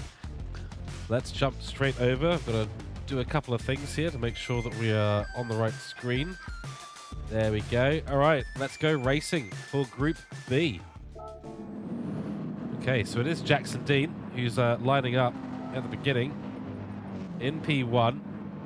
For Hassel One Motorsports, wait for the 3, 2, 1, and go. Green lights are out. We are away racing. Jackson Dean leads us away, followed by Chase for Asta Racing. He's had a bit of a slow run in. As is Jackson Dean, and there's a car around already. It's Gridline Racing. That's Rob Jacobs. No, it's not. No, Mark Pacheco. That is Mark Pacheco. Yes, the green on the Gridline Racing. Wait for the whole field to go by before we can. Oh dear, oh dear. That's not the start. That guy's is way back there as well. I've just noticed something's him at the front aero damage. Oh dear, oh dear. Okay, he might have had to navigate the that last turn. The last turn, because it is quite a short run. Let me just wheel over to the replay computer here. Very good, very good. In the meantime, Jay Finch for Black Rose Racing, holding off against Rob Jacobs. In behind him, that's the Hooncourt driver, Rob Jacobs. So got Mercedes versus Audi. At the moment, there's Aiden Sampson in behind for Diffusion Race Engineering. Then Cern Dids, Shane Attard, Asta Racing, trying to catch up. Hasseldine, Mark Hasseldine, TCR Hassel 1 in P7 at the moment. Keep an eye, but Jackson Dean leading us away for Hassel 1 at the moment on the racing mediums. Looks like that Snake Eyes has not been able to get the power down to his car. It was just revving in boxing something, and he's just gone straight ahead at the final turn there. Oh dear, okay, well that's a very unfortunate way to start the race. Still not quite as bad off as we saw one of the cars in Group A, but not an ideal way to start out. Hassel One Motorsports, look at the gap he's built already. Jackson Dean flying at the moment. Rob Jacobs doing his best to hold on. Finch has lost a position already. Wow, that Hooncourt Audi is just wild. The temperament of the car just says it wants to murder its driver at every single second. Just going through Murray's Bend And now down towards the timing screen, just getting towards the braking zone on lap 2 now. And there we go, into Hell Corner we go, and up the mountain straight. That'll just help to keep us all in sync. Jackson Dean, wow, what a start for the Hasselborn driver. And leading our Pro-Am category right now is him. Just trying to figure out who our next AM class driver, I think it's Finch from Black Rose Racing, is actually leading our AM category right now, and P3 in this race. So it's a really good start for the AM class. Something that other commentators and I have discussed many times. Group A always provides the most high-level racing. Some of the best, closest racing between the grid is often the Pro-Ams and AMs. Yes, I would agree with that. Dids has just made a pass on Hazel to take P4.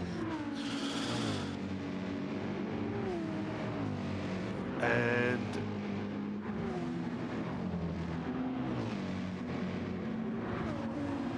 that is a very good question.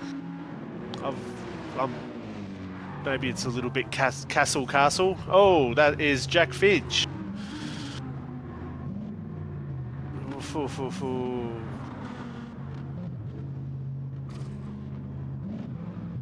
In the most awkward spot, you've just got to grit your teeth and clench your butt a little bit, just hope that no one hits you.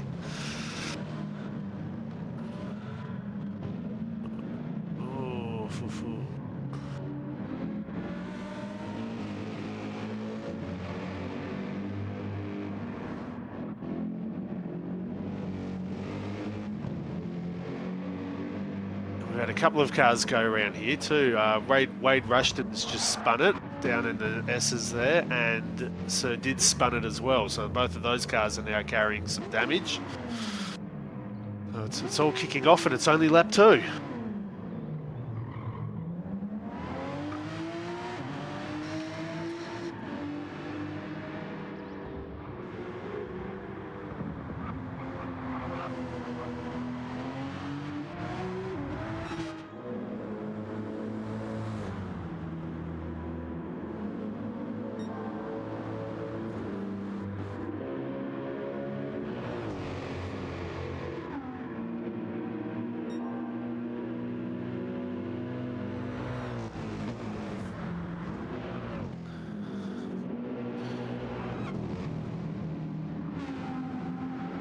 Yes.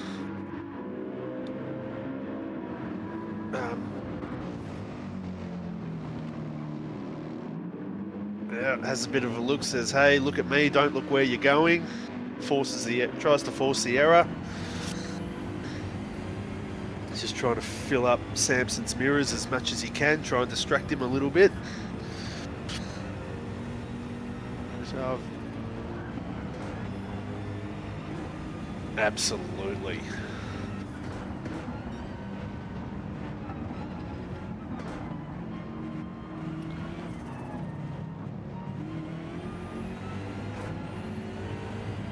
Yes.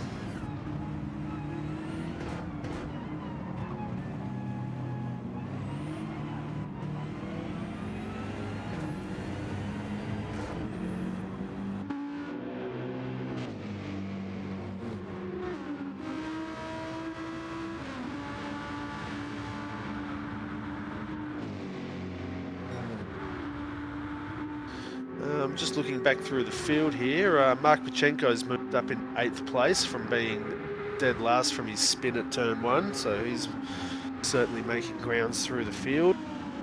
He's currently all over the back of Kevin Cooper from Hooncorp in the Hooncorp Audi, trying to find a way past him. What else? Wade Rushton, he's actually made a pit stop and his damage. So he's sitting down in 13th. Jack Finch is still carrying all of his damage. He's got front aero, rear aero, and suspension damage. So that's going to be hurting him quite a bit. And Chase for Asta Racing in the Porsche, he's carrying both front and rear aero damage. Wow, that's painful for Chase. Yes. What could have been? But yeah, the Porsche has managed to kicking yourself. You will be, yeah, kicking the car, that's for sure. saying, why are you mid-engined? Why? Yeah. But He might be having some words to his team owner after this. he may well be, yes. Why? Why did you make that decision on our behalf? He said it'll pay off later in the season when we go to the Japanese courses. Yeah, it might well do, but not at Mount Panorama. It's just a bit of a tricky car to navigate. We did just see a nice move from Mark Pacheco over in Hell Corner. And, Blue Dog has had a big impact with the wall. Got loose as he went through Frog Hollow. The track drops away. Car gets very light, and suddenly you find yourself with a lot more momentum in a direction you don't want to be going in. He's actually made a bit of progress up in this race so far, but just keeps finding the barrier and raising some of that progress. He's the M-Class driver too, as is the Hooncorp driver Renegade. Mark Pacheco dispatched them essentially with ease and starts to chase after his nearest Pro-Am competitor in Rob Jacobs, the Hooncorp driver, who's just getting onto the rear wing of Troy Britnell and Mitch Collins, the two Lightning Motorsports cars, actually having a really good outing so far in Group B, running quite similar times, pretty much right next to each other on track. Just working to chase down Aiden Sampson at the moment in P3. Yeah, they're both well embedded within the top 10, so that's keep it there. That'll be a real result for them. Rob's just trying to find his way through there, having a bit of a probe here and there, just trying to keep Brits guessing as to what his next move's going to be. And as long as Jacobs keeps all over the back of Brits and having little lunges, that'll go to catch up to them. Oh, we're going to have two battles side by side, both of them. Troy Britnell has moved out to the inside on Aiden Sampson, gets it done. Sorry, that's Mitch Connell, and Rob Jacobs for Hooncorp has done the exact same thing to Troy Britnell. So Lightning Motorsport losing one position, gaining another in two separate battles, and now Mitch Collins got to try and find a way to drive away from Aiden Sampson, who's gone sideways. Just cooked it as he's gone up through the cutting. The exit there is so tricky on grip. And yeah, there's yet another one as fallen victim to the just a little bit of extra power being put down the wrong time. And it's such a narrow track to try and turn around it. Even if you've initially kept it off the wall, you can almost guarantee that you'll damage your car turning it around.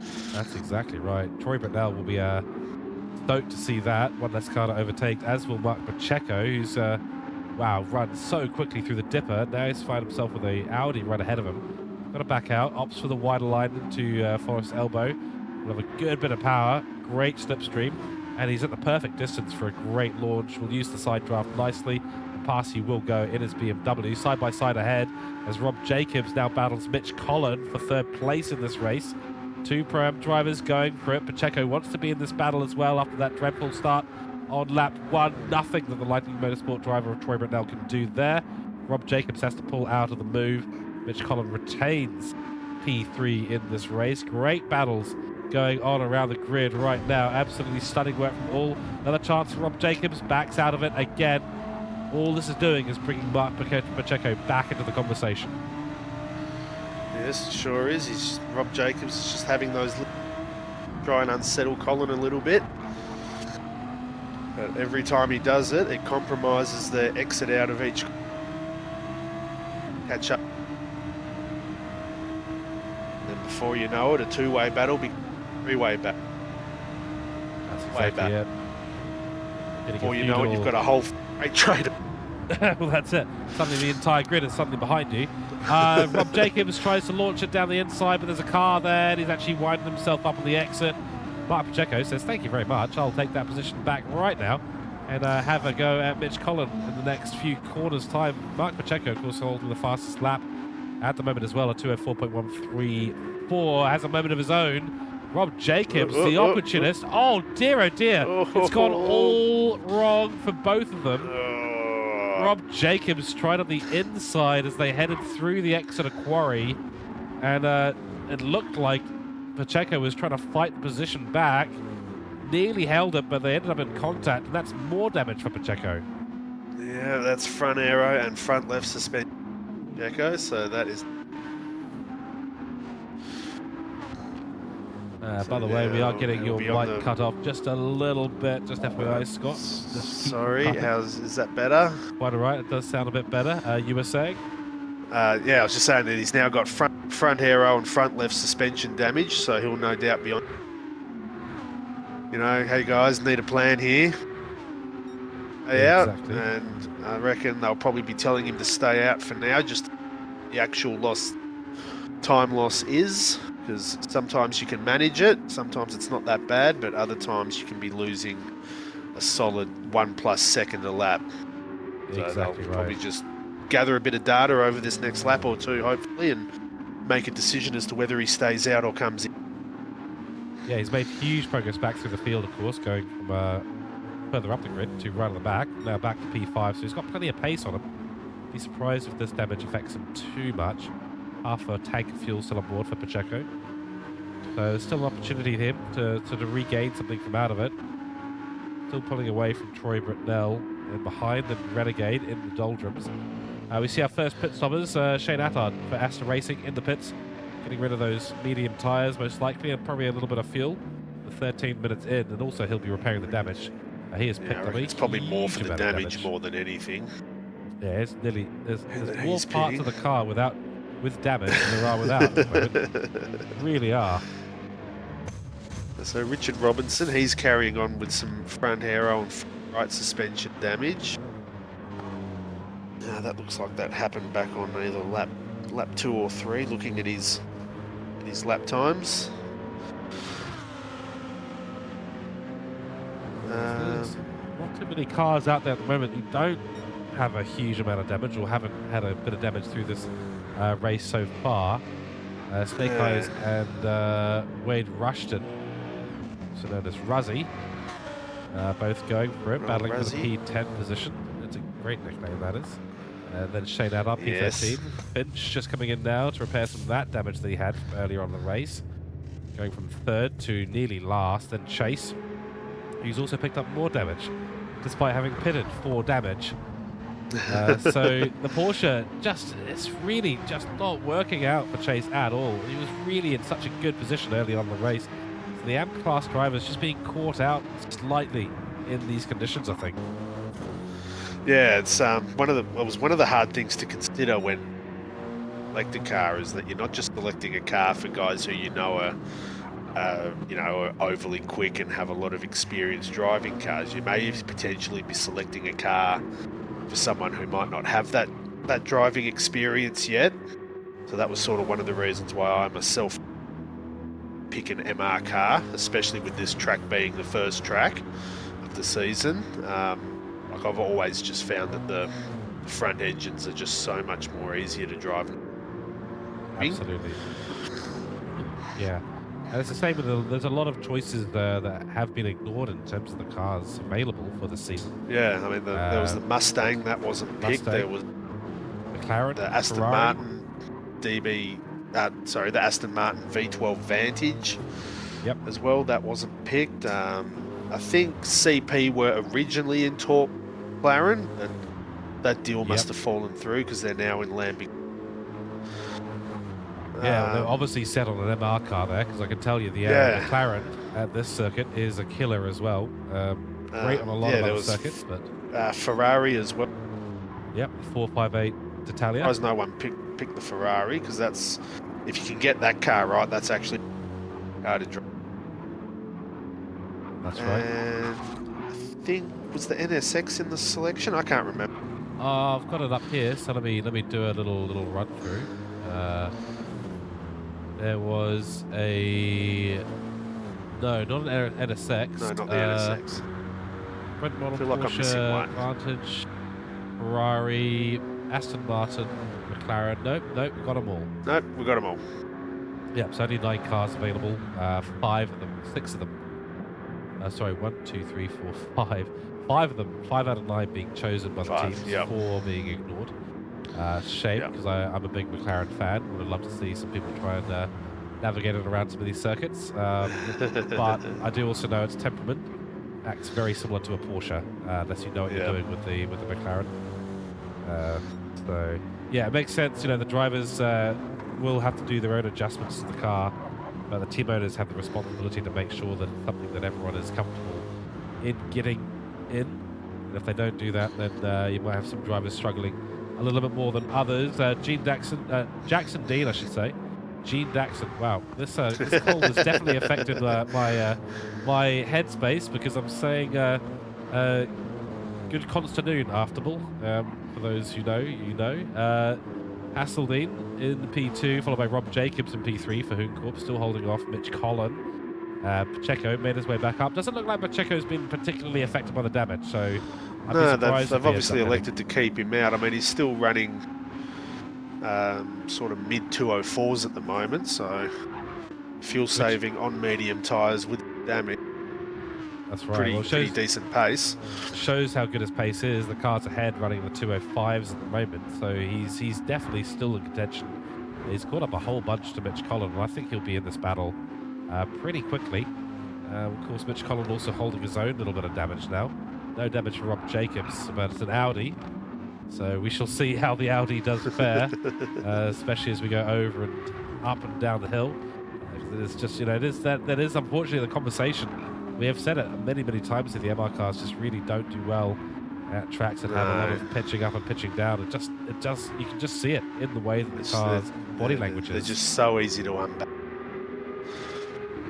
Exactly. I actually personally like the MR car feeling at tracks like this, but you just have to have so much dexterity and so much confidence in what the car's going to do and where the snap is going to occur. So if you can, once you start to get familiar enough, you can start to predict exactly where that snap happens, and you know where the car is positioned correctly. But it has to be very precise. The driving down the hill, very precise to keep control of it. Yeah, I mean, it's like one of those things. You drive the car, works and how it handles, and you know what works, what doesn't work. But when you have had an incident at the, you know, at any part of the track, it does unsettle you for the next couple of laps. Then you start thinking about, oh, what am I going to do? You know, you get to that part of the track again and you start thinking, don't do it again, don't do it again, don't do it again. And then you go really conservatively through a whole nother bunch of time through there. So then the next time you come around, you think, okay, I'll go a little quicker. And then all of a sudden you've just binned it again. Exactly, like it's such a fine line between being on the limit and overcooking it. That's exactly it. Yeah, it's a tricky one. It really is, and it takes that confidence and, you know, hours of practice and dedication, and then feeling as well, because, you know, Gran Turismo 7 does a lot to change the surface that you're driving on, whether it's through the clouds or the heat of the track. It all changes, so you've got to adjust to all that too, which is a tricky thing, especially when you got your head down. You're just trying to get the laps out. Suddenly the track is changing underneath you, a slight change in cloud cover. Sun comes out, or more cloud cover, and suddenly the track is a degree or two cooler or hotter. You do have to make that adjustment pretty rapidly. Mitch Collin, by the way, fallen behind Mark Pacheco, went off at the exit of Murray's Corner.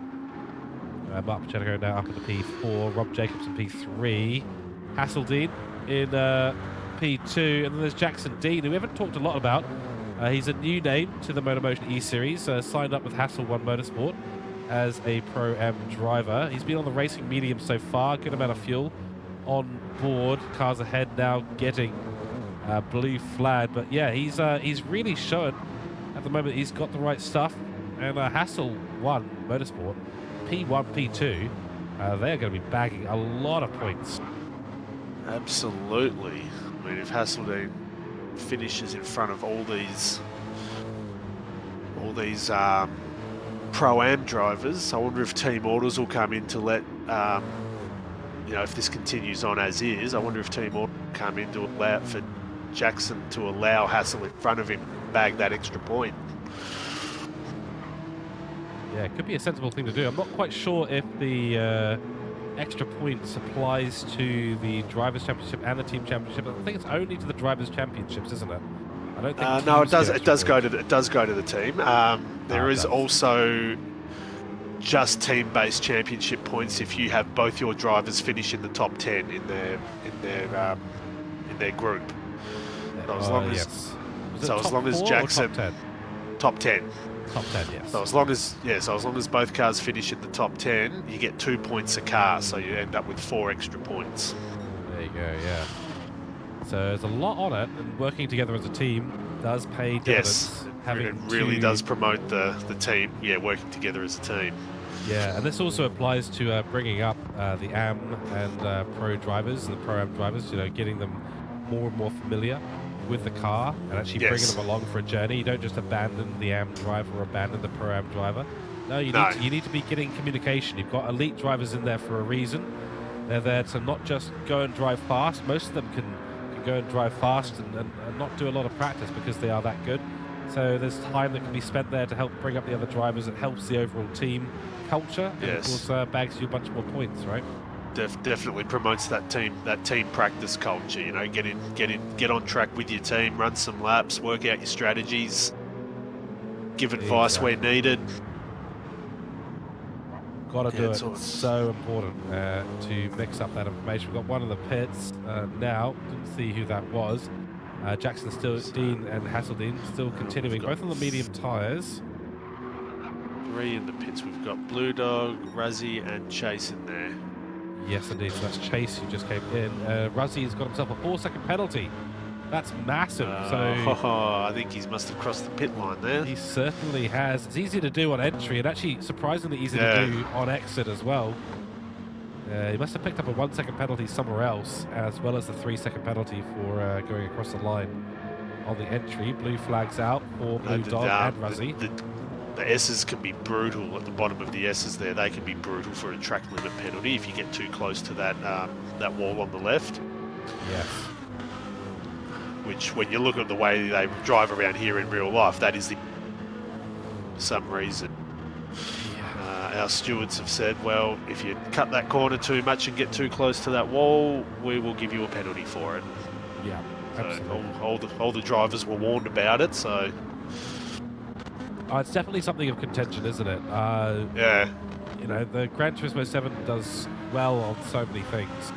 I think one thing that has maybe not done so well on, in my opinion only, not necessarily some sort of objective fact, that's for sure, but the penalty system has always been a bit of contention, and it always will be, as we all know. No one can ever get a penalty system absolutely correct. Here's the 4-second penalty being served by Ruzzy. That'll let Jackson Dean go on through. Looks like he'll have to come into the pits in a second, so we'll stay on board with him. And of course, his teammate Mark Hasseldine will have to come into the pits as well. Both of them on very low fuel. Rob Jacobs, he can go for another couple of laps, so this could be an interesting evolution for the Hasselone team. Not quite running as long as the Audis. So let's watch the pit entry, because this is what happened to Chase. He just didn't... Sorry, to Ruzzy, we think he had a bit of an issue on entry, and there you go, that's how you get it done. Jackson Dean in the pits on 5% of fuel, and Hasseldine has gone again. Stays out.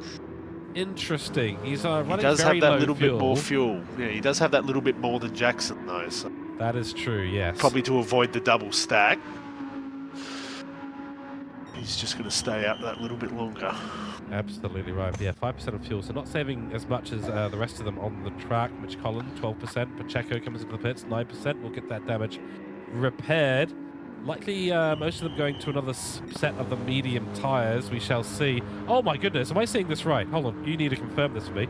I've just switched back to Jackson Dean. He has not refueled the car at all. Oh, yes, I'm just looking at that now. He's put the tyres on, but they have not put fuel in the car. Oh my goodness. So, Hassel won Motorsport. What has happened there? Has he done a Kimi Räikkönen and essentially driven away with the fuel tap still in, and it's maybe fallen out somewhere? Potentially. They'll be having a look around the circuit for it. Crikey. This is massive, because this is our race leader, Jackson Dean, and he's going to have to come in and stop again for a fuel stop, which is the lengthiest stop as well. Does he have enough to get back to the pits? That's the question. Or is he going to have to coast most part of the way? Jeez, that's another good point. Yeah, I think he's probably going to be running out. I mean, look, it's right on the line already. I think you're right. He'll have to be on fuel map 6 all the way through this lap. Otherwise, he's not going to make it. He's still revving it out to halfway, so... This is going to be interesting down Conrod here, because you're going to be full acceleration. It's going to be sucking the fuel in. There we go. We'll keep an eye on it. Rob Jacobs and Hasseldean, of course, ahead. P1, P2 didn't come to the pits. So maybe they will have a double stack now in the Hasseldean. You'll have to drive even slower. Garage. You'll have to drive even slower if they're going to make that work, because Hasseldean has come into the pits on 1% of fuel, and I think it'll be about 0 for Jackson Dean. I think he's just going to make it. Oh, wow. Well, well, I mean, let's see, 0% surely. Yeah, there it is, 0. Yep. Wow, so that is a huge mix-up. The Hassel 1 team. Rob Jacobs is in the pit with 6%, so he'll be in there even, less time. I think Rob Jacobs might end up in the lead of this race after getting a refueling, because he'll be stopped for a little bit less time. Does get the fuel going in. I think Mark Hasseldean might just get out ahead, actually, given the fuel numbers we're just seeing there. Yeah, I think, Hasseldean will just jump in, but that gap between Hasseldean and Jacobs will definitely be shorter now. It might just put Jacobs within sniffing distance. Yep, that's right. He'll be able to smell the oily rag that was recently ejected from the fuel tank. Rob Jacobs goes out. Hasseldean is in the lead. Mark Pacheco's right there as well. 4-second penalty for Rob Jacobs. Well, he was in a great position. Now he's picked himself up a massive penalty. And that means Mark Pacheco is actually in P2. Snake Eyes will have to pit soon, so don't worry about that. Then it's Mitch Collin, will likely be in P3 because Jacobs' penalty is massive, 4 seconds. But Mark Hasseldean in the lead of this race. Jackson Dean has come out with a full fuel tank. They've found the fuel tank on the ground somewhere, and they've put it back in the car after his stop. And he will go again, but he's in P6 behind Mitch Collin, behind Mark Pacheco, and probably won't have the distance to get ahead of Rob Jacobs as Rob serves his penalty. Yeah, I mean, this 4 seconds down Conrod, that's going to easily turn into 6 or 7 by the time he gets back up to speed. And so I reckon he could probably lose maybe 2 or 3 positions here if he's not careful. Yeah, we'll keep an eye. We'll go on board with his rear wing. I'm sure the broadcasters can sort out some sort of angle for us, show us exactly what's going on. He's actually scraped the wall down the dipper. He's pushing as hard as he can. Doesn't want to lose any heat in the tyres and doesn't want to lose too much time to Pacheco, but he's going to lose the position. Anyway, let's see if we can grab the broadcasters. There we go. On board we are now with the rear wing. A little bit of text in the way, but that's Mark Pacheco right behind him. So there's the penalty being served. Pacheco goes past. 1 position. Lost. Here comes Mitch Collin. Yeah, he's going to lose this one too. Is there going to be any argy-bargy in the corner? No, there isn't. Good work there by Rob Jacobs to stay out of the way. Now's the awkward kink. Here's Jackson Dean. Is he going to do it on the outside? Jackson Dean thinks better of it. Doesn't want to get involved in a late lunge at the chase. The sensible thing to do. Very wide for Rob Jacobs, and that's going to be the position. Wow. Good bit of driving there from Jackson Dean just to back out of it, do the sensible thing. Just think, nah, live to fight another day. That's right, and he does indeed. That will be P4 for Jackson Dean. None of the top 5 have to pit again in this race with only 20 minutes now to go. We saw the race end on lap 25 in Group A. It'll be about the same here in Group B. So Jackson Dean's now got a bit of work to chase after Mitch Collin, but the gap's not that big. It's only a couple of seconds between them. No, but he's now got Rob Jacobs to contend with. He's going to have one eye forward and one eye back. Yeah, not a fun thing to do. Crossing the eyes forward and back between 2 different mirrors. We'll see if Jackson It's very Dean hard is up to the go task. on the offensive whilst you're being defensive at the same time. You've sort of got to pick either one or the other. Do you just try and consolidate position 4 and hold on to that, or do you think, no, I'm going to go for it and try and get that podium position back? That's right. I think he's definitely got to be looking behind because they've actually had, when they've both had fuel in the car and tyres, they've both been about the same pace. Rob Jacobs with Jackson Dean. Rob Jacobs, of course, started further down in qualifying, so wasn't able to put in as good a fast hot lap as Jackson. Jackson just drove away with things, all the action. The AM class driver in the mix early on in the race for Black Rose Racing. A few incidents like Mark Pacheco spinning out. And Rob Jacobs not had a good time to the dipper. And actually Jackson Dean, he's already pulled the gap because of that mistake. Damage for Rob Jacobs. Wow. Sort of goes from bad to worse for Rob here within his couple of laps. That's right, yeah, totally. And yeah, so Jackson Dean up to P4. Mitch Collin will have to do something to keep the pace up. 2:05.5 was the last lap there. Of course, 2:30 because of the pit stop before Jackson Dean. We'll keep an eye on the timings. Mark Pacheco for Gridline Racing in a great position in P2. Question is, he's got about 5 or 6 seconds up the road, Mark Hasseldean. We know Pacheco's fast. We know he can do mid to low 204s. We know that Hasseldean can also get to that region on occasion. Question is, how clean can they be? Oh, Hasseldean's not been clean through Hell Corner. And he's taken a bunch of time out of that lead that he's built up. Shane Attard into the pits on 1% fuel. Yes, Paco will now just be gaining on him all the way up the mountain, all the way up Mountain Straight here. All it takes is just that one little twitch just on corner exit and your whole run down the straight is just completely gone. Yeah, that's it. So much speed to lose.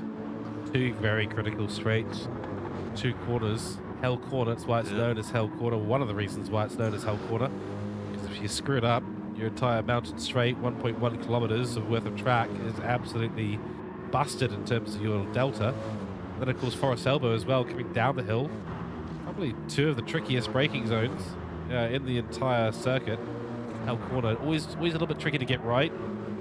Sometimes people want a late apex it, you've got to be worried about the exit quite a lot. And of course Forest Elbow, downhill off camber into a sort of a rather obtuse angle as well. Got to tilt the car in, make the choice whether you're going to brake late, shallow line into the corner, and then just swing it round at a lower speed, or try and widen it up, take a higher speed through a late apex, and then get all the power a bit earlier.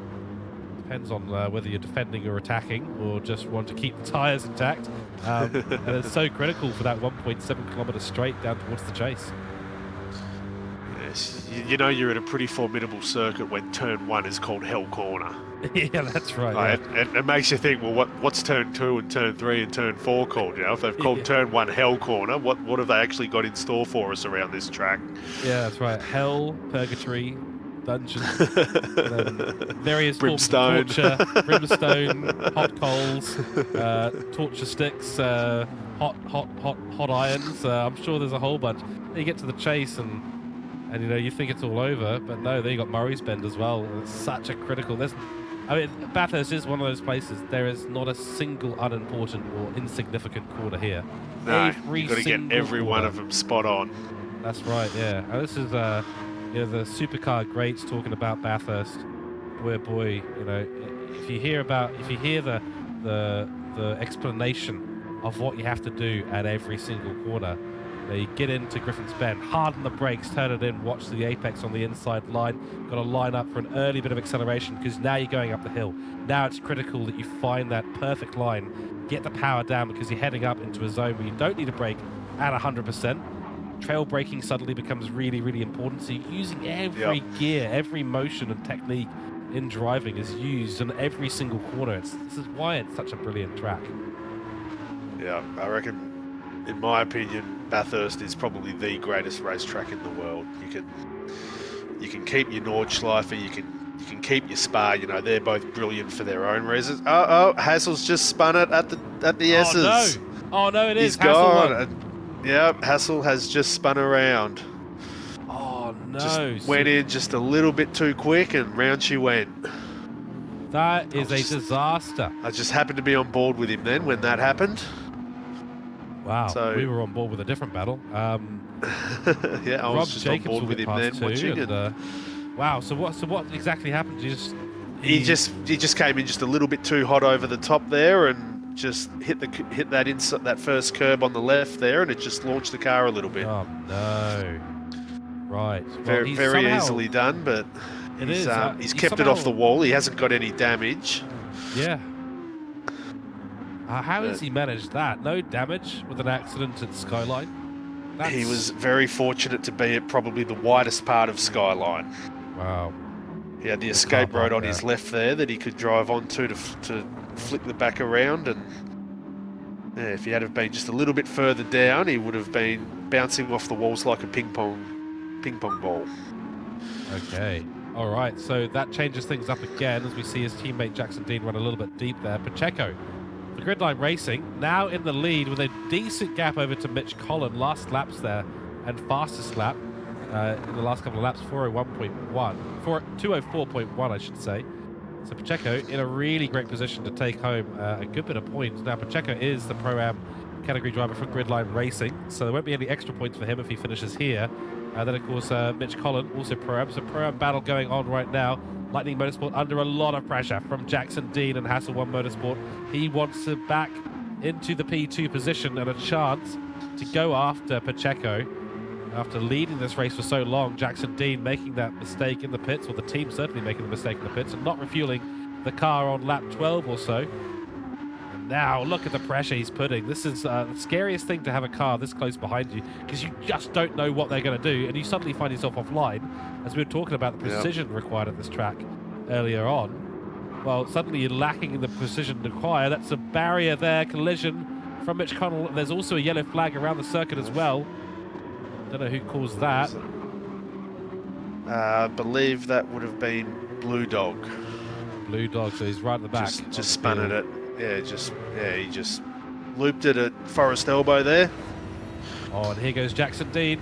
He's got the outside line going up towards the kink in the Conrod Straight for the chase. This will turn into the inside line if he stays alongside him. Oh, look how close it is. Oh, has he got it stopped? Has he got it stopped? He's got it stopped. Beautiful overtake there from Jackson Dean. Lovely piece of racing there. It's unfortunate, isn't it? Because when you end up on the outside, you can't do anything. No, you've got no grip. You can't get the power down. You've basically just got to wave to him out your window and give him a thumbs up for pulling off quite a bold move. Yeah, that's right. Or pulling another finger to try and distract him, but you never know with racing drivers. Everyone's got their own tactics. You and me have had some fairly good side-by-side racing as well. I don't think we were pulling the middle fingers to each other. I think we were making gestures on nods or something. Yeah. No, I myself will always acknowledge a good overtake that someone does on me. So absolutely, yeah. No, I think it's one of those bit of good sportsmanship there, and I always argue that I was very competitive in some of my competitive racing, which I guess you should be. All very wide from Mitch Collin. Blue flags being held out to Blue Dog. Needs to get out of the way as soon as possible. Jackson Dean will be wanting to find a way past as soon as possible. Yeah, Colin just ran it deep into the cutting there, but I think with Dean being held up by Blue Dog, he should be able to catch back up fairly quickly. Yeah, it's a whole nother dilemma being blue flagged as a driver through the top of the hill, because there's just nowhere. Yeah, I think the briefing did say to move over if you are under blue flags to move over at a safe opportunity to do so. Yeah. And let the faster driver through, so that usually constitutes either pulling over either at the start of Conrod or the start of Mountain Straight. But yeah, if you get behind a blue flagger just as you're coming out of the cutting, you've unfortunately just got to suck it up and just sit behind them all the way across the top of the mountain. Yes, I'll be honest, I have in some endurance settings at Bathurst talked to other teams on Discord and say, hey look, we're about to catch you up before the hill. You're blue flagged for us. Could you just slow down a little bit more? Just go 15 seconds slower this next lap, and we can pass you. A mixed response. not a lot of eagerness. Let's just put it. That's when you start getting the rude gestures out the car window. That's right. That's when you start getting that finger in particular. Yeah. Yes. That's right. Yeah. Or certainly ahead of you, or flashing the lights when you go past, or. Yeah, other rude behaviour. And like not to take it away from the blue flag guys, like, you know, they're doing their absolute best, but sometimes just when you're sitting behind him, you just think, oh, just get out of the way. Yeah, that's it. Yeah, but you know, unfortunately, that is racing, and sometimes you just have to suck it up and deal with it because you're at a part of the track where you actually can't pull over, you can't move over, you can't lift off the accelerator. Yep. And at that point you need to keep your head even more level, because if you've got a car behind you and you're worried about getting past the blue flag, well, now you've got to worry about where you're putting the car relative to the slower car ahead of you. You know, if you're going too fast through the corners, you're going to end up in a weird position on the outside line. Suddenly the inside line opens up, the driver in front panics, they go too deep as a blue flag, and suddenly you've lost a position. Yeah. You know, you don't want to be seen to be harassing the blue car, because the stewards will be coming down on you like a ton of bricks if they think you're harassing them in any way. Oh, So, yes. big moment for Rob Jacobs at Skyline. Does manage to keep control of it. Boy, that was really on the edge, and does pick up a penalty for the track limit violation, 0.5 a second. Got damage on that front left and the front bumper, so not a particularly healthy Cooke Audi at the moment. Mark Hasseldean not able to find a way back up to the rear of this pack in the top, but that is your top three at the moment. Pacheco for Gridline Racing, from Jackson Dean for Hassel 1 Motorsport, and Mitch Collin for Lightning Motorsport, followed by Rob Jacobs. And there's your top three right now. Mitch Collin looks like he's fallen slightly off the pace of Jackson Dean, who is making some progress on Mark Pacheco, but we've only got about 7.5 minutes in this race left to do, so not a lot of time to go, unfortunately. But it looks like it's Pacheco's race to lose at the moment. Yeah, I've just been looking at their lap times. Pacheco's last couple of laps was a 2:04.9, 2:04.9, 2:04.7. Jackson's done a 2:04.4, a 2:06.3, a 2:05.5. So I wonder if he's just made a couple of little mistakes on those last couple of laps, but now he's starting to set into a little bit of a rhythm here, and if he can get those lap times a little bit quicker, he should be able to close up on the back of him. Yep, that's right. Hopefully the Gridline Racing photographer was down at the mountain straight as Rugby gets blue flagged from Pacheco. You are excused, of course. Both of us having a few coughing fits throughout the race so far. It's the problem with being on a mic. It doesn't hide a lot. But a nice little photo opportunity for Gridline Racing as Ruzzy moves aside.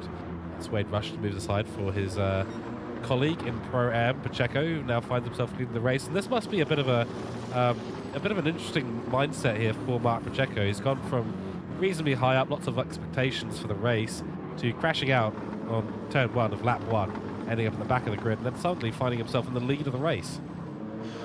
Yes, I mean, he's certainly just put his head down and kept his cool, and he's just did what needed to be done. It's like they always say, if you're going to muck up, do it early. So to get it done on lap 1, turn 1, you can't really do it any earlier than that. No, that's right. Yeah. Well, actually, arguably you can. Who did we see? Was it who was it? Snake. It was Snake Eyes. So that's technically lap -1, the last corner. Lap -1. So you can do it earlier, it turns out, but not by much. It reminded me of Mark Scaife. Was it 06, 07 at Bathurst there, when he put it on pole and just couldn't get the time down, the power down? Yeah. That's right. Well, talking of not being able to put the power down, Jay Finch having all sorts of problems, can't get it out of the wall, keeps spinning the car. Racing Softs looking very second hand, maybe even fourth or fifth hand at the moment. Huge damage on the car. And the P13 driver for Black Rose Racing having a shocker. That's an elevated chase back up into P12, Snake Eyes. CP Motorsport for P11, Shane Attard, Asta Racing in P10, followed by Richard Robertson for Black Rose Racing, doing a little bit well. Got a nice three-way battle evolving here between Renegade, Sampson, and Robinson. Two Mercedes chasing after an Audi. Well, that might come to a conclusion after the hill, as we well know, but the damage on Aiden Sampson, so it's balancing out, isn't it? Slightly balancing out. Damaged Mercedes versus an Audi, an MR car. We shall see. We'll keep an eye on it. 5 minutes ago in this race, so only a few more laps. Jackson Dean doesn't look like he's done enough at this stage to get back up into the lead of this race, but P2 will still be very good. This is, I don't want to curse it at all, so you should probably avoid making a comment on this, but looks like there might be two groups with a Gridline Racing BMW taking the win. So you definitely want to not make a comment right now, because my lips are sealed. I'm not saying a word. That's right. This is notorious territory for self-inflicted curses in the commentary box. We're in the territory. We've cast the dark magical spells to enable the curses to come out. So we'll keep that one under wraps until the checkered flag is being waved out on track. Mitch Collins still holding on to P3. Hasseldean has found its way past Rob Jacobs. So good work there by Mark Hasseldean on the medium tyres. Got plenty of fuel on board, so he can go absolutely ham at the moment on that pedal. Rob Jacobs just falling behind with that damage, though. Yeah, that damage is going to be really hurting him, unfortunately. It's not been a great round one for Cooke Esports. Lewis Atkinson losing a couple of positions at the end. Now Rob Jacobs in a similar situation, and I do wonder if the way that the Audi has had to be driven around Panorama has come back to bite them slightly, because they've been all over the place with the rear of the car, and that's going to be affecting their tyre life massively. Yes, it definitely does. I did hear some talk in the practice sessions earlier in the week that they were complaining of excessively high rear tyre wear in those Audis. So I don't know whether it's just an Audi thing or whether it's the way the cars are being driven, but it is something they'll definitely want to look at for the rest, for the next round. Of course, next round coming up in a week's time, and we'll be going to Japan for Fuji, I believe. Yeah, so tyre life at Fuji not as significant as at Bathurst, that is for sure. Racing softs being mandatory for next round. A couple of Japanese circuits, Fuji and then Suzuka.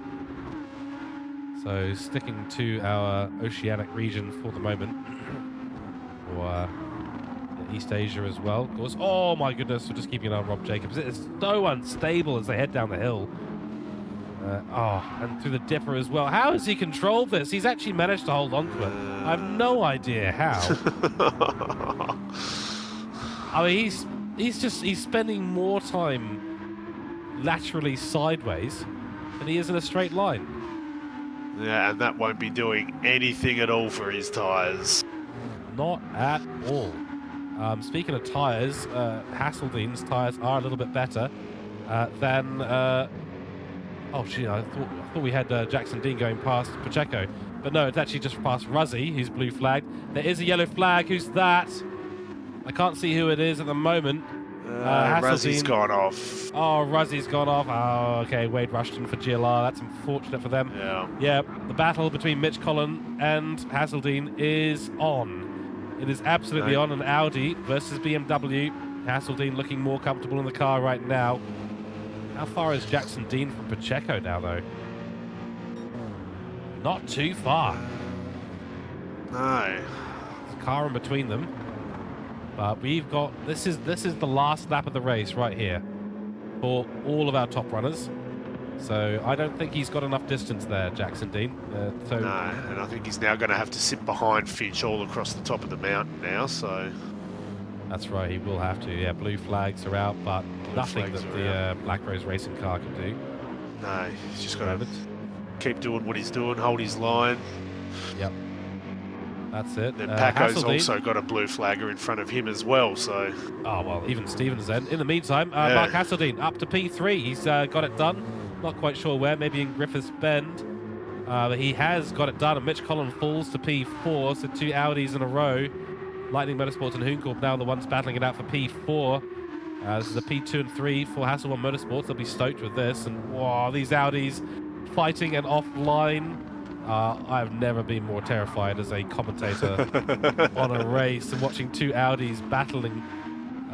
One with damage, one without damage, both with rubbish tyres. And the rear end's just stepping out on either of them. Absolutely terrifying stuff.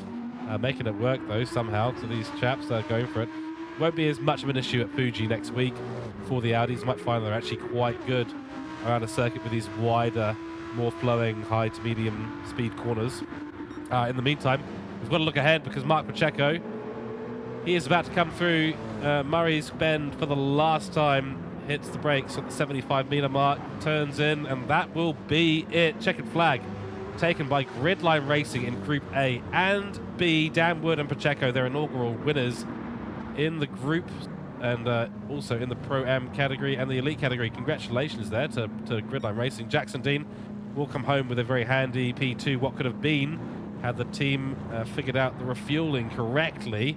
Then Mark Hasseldine, also with a couple of issues throughout the race, manages P3. Hasselblad Motorsport looking to be title contenders this time round with very strong results in Group A and Group B. Mitch Collin in P4 holds on from Rob Jacobs, but only just. Wow. Just by half a car length.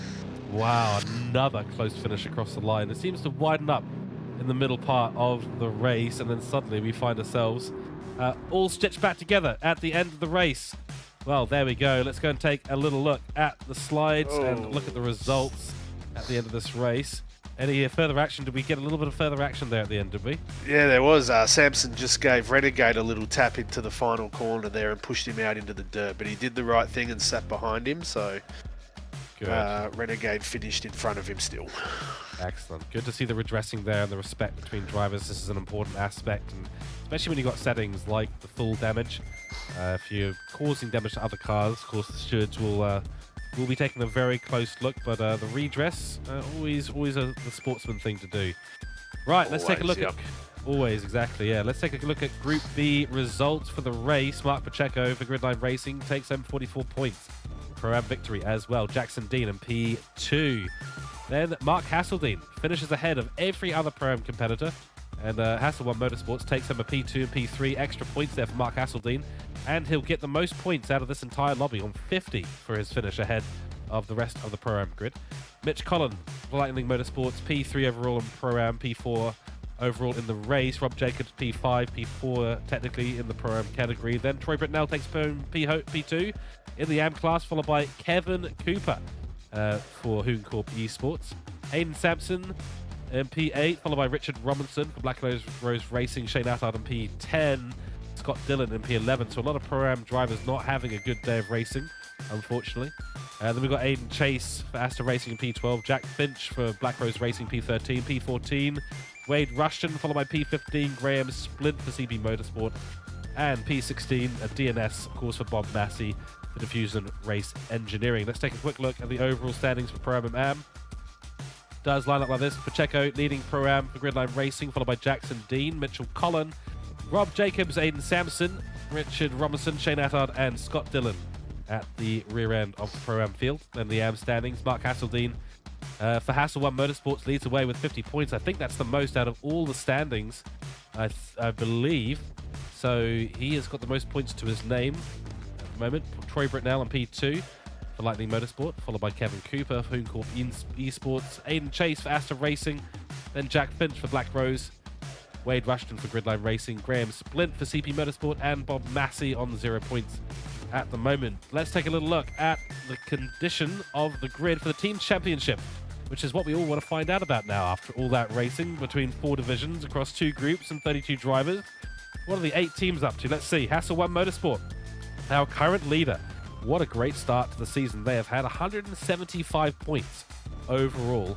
Brilliant start for them, and that puts them somewhere in the region of 58 points clear of P2, which is Gridline Racing on 117 points, Lightning Motorsport on 111, so reasonably closer, between a lot closer I should say, between P2, 3. Then P4, it is Cooke Esports on 92 points, followed by Black Rose Racing on 91, CP Motorsports on 67, closely followed by Astor Racing on 66, and Diffusion Race Engineering on 53 points in P8 in the Team Championship. So obviously, from the objective perspective there, Scott, Hasselone Motorsport dominating early on, but Gridline in the chase. Yes, for sure. Due to a regulation ruling, it was only 50% of Dan Woods' points went towards the team's championship as he was a fill-in driver. So if he had been our full-time driver and pulled off that result, we would be a lot closer to Hasseldine. Indeed. But that's the way it goes, you know. Well done to Hasseldine. You guys, finished, came into this round and finished it really strongly. So, absolute hats off to you guys and hats off to everyone else. That's right. It's been a fantastic round. Certainly has. A long way to go in this season. So yes, it's only round 1. It's only round 1. There's 9 rounds to go. Still a lot of different tracks and circuits and locations to go to, and a lot of things to happen. So we're running all the way up into mid-December. It's a long, long way to go. Lots of hype still abounds in the grid. And the Teams Championship and Driver Championships absolutely open at this point. You just never know what's going to happen. What a fantastic round 1 there across both the groups and all the divisions and all the drivers. Congratulations to those who've picked up early wins in the second season of the GT3 Championship. sponsored, of course, by Player One Sim Gear here at MotorMotion E-Series. That is more or less going to be where we wrap things up in terms of our coverage today. Remember to give us a like and subscribe here on YouTube. Before we go, though, we've got to talk driver of the day. And for me, Scotty, you know, you've already had your bias moment. Gave it to Dan Wood in round 1. Gridline racing driver, of course. So you might have to think about another way of doing this. But I might help you out a little bit and say that my driver of the day is actually going to go to Mark Pacheco. Great race, huge drive back through the field. Maybe not as significant as a mistake as that befell Jackson Dean and Hassel 1. But for me, the drive back and the consistency after the incident was very, very good racing. So I'll give it to Mark Pacheco. Let's throw it over to your side. Of course, let us know in chat who your driver of the day is for round 1 in Group B. Yeah, I think it's a very, very close between my guy Pachenko and definitely Jackson Dean. I mean, they both sort of had their moments throughout the day, and to recover the way they did, I think it's very, very close between the two of them. Can't really separate them, to be honest. Yeah. You're gonna have to make a call. I kind of gave you a hint on how you could do it. You know, for the bias shown in Group A. I think I won't. Yeah, I think I'll go. I'll go.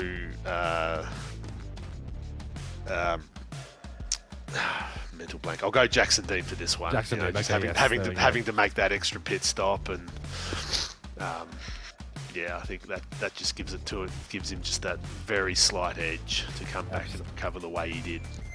Absolutely right. You totally weren't forced into that decision there. Not at all. No, not at all. No, it didn't force you directly into that corner. Nonetheless, I think you made the right decision there. So good stuff. It's always maintain 50% bias, no more.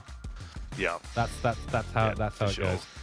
Righto. So thank you very much for everyone who's jumped into chat. Of course, we will be coming to you, premiering all the broadcasts each week on the Saturdays, as much as we possibly can. Delayed broadcast, of course, here at MotorMotion E-Series for the GT3 Championship. So we do have a little bit of flexibility in when we run it. We may even have a different broadcast to jump in for some of the Group B racing. I do want to mention, if you have any interest at all in broadcasting, streaming, and commentating, you have the very professional team here in the background, full of admins, broadcasters, and commentators at MotorMotion E-Series. And if you have any interest at all, or would like to learn the ropes of how to do commentary and broadcasting, we are open books, and you are more than welcome to get in touch with any of the admin team in the background. We are looking for people to fill in rosters with regards to Group A and Group B, so it'd be great to hear any registrations of interest in getting involved. No hardware necessarily required. If you do have a capture card, that's fantastic. Do let us know in the background with the admins. So we're going to leave it there. We'll have some final thoughts from yourself, Scott, but a huge thank you for you to jumping into the comms box essentially on short notice, and in actual fact tried to force you in here 2 hours earlier than we should do as well. So a big thank you to yourself for giving up your time on Saturday. And it's been my pleasure being here. You know, this has been a fantastic opening round, and if this just is even just a little bit of a taste of what the rest of the season will bring us, then I think we're going to be in for an absolute treat. Couldn't agree more. Thank you very much for joining us here in the commentary box, and hopefully we'll see you back as a regular throughout the season. And we're going to leave it there. So thank you all for jumping onto the MotorMotion E-Series YouTube and watching. Let us know what you think of the races. Give us your drivers of the day, of course. And go and check out www.p1simgear.com, our championship sponsor, of course, Player One Sim Gear. Go and check them out on www.p1simgear.com.au for all your sim racing and sim gear needs. And of course, go and check out MotorMotion E-Series here on YouTube and on www.motormotioneseries.wordpress.com. And we appreciate everyone who has jumped in for these racings. We hope you've enjoyed the broadcast. And from myself, George Cooke, here in the commentary box, we thank you all very much for tuning in. We'll see you next time for round 2 as we head to Japan to begin the second leg of 10 at Fuji International Raceway. Thank you all so much. Good evening, good night, and goodbye.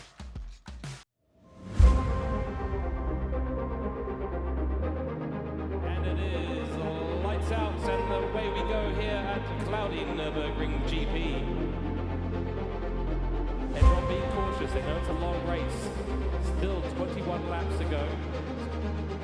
So we just started the race, and already we're seeing so much action on track.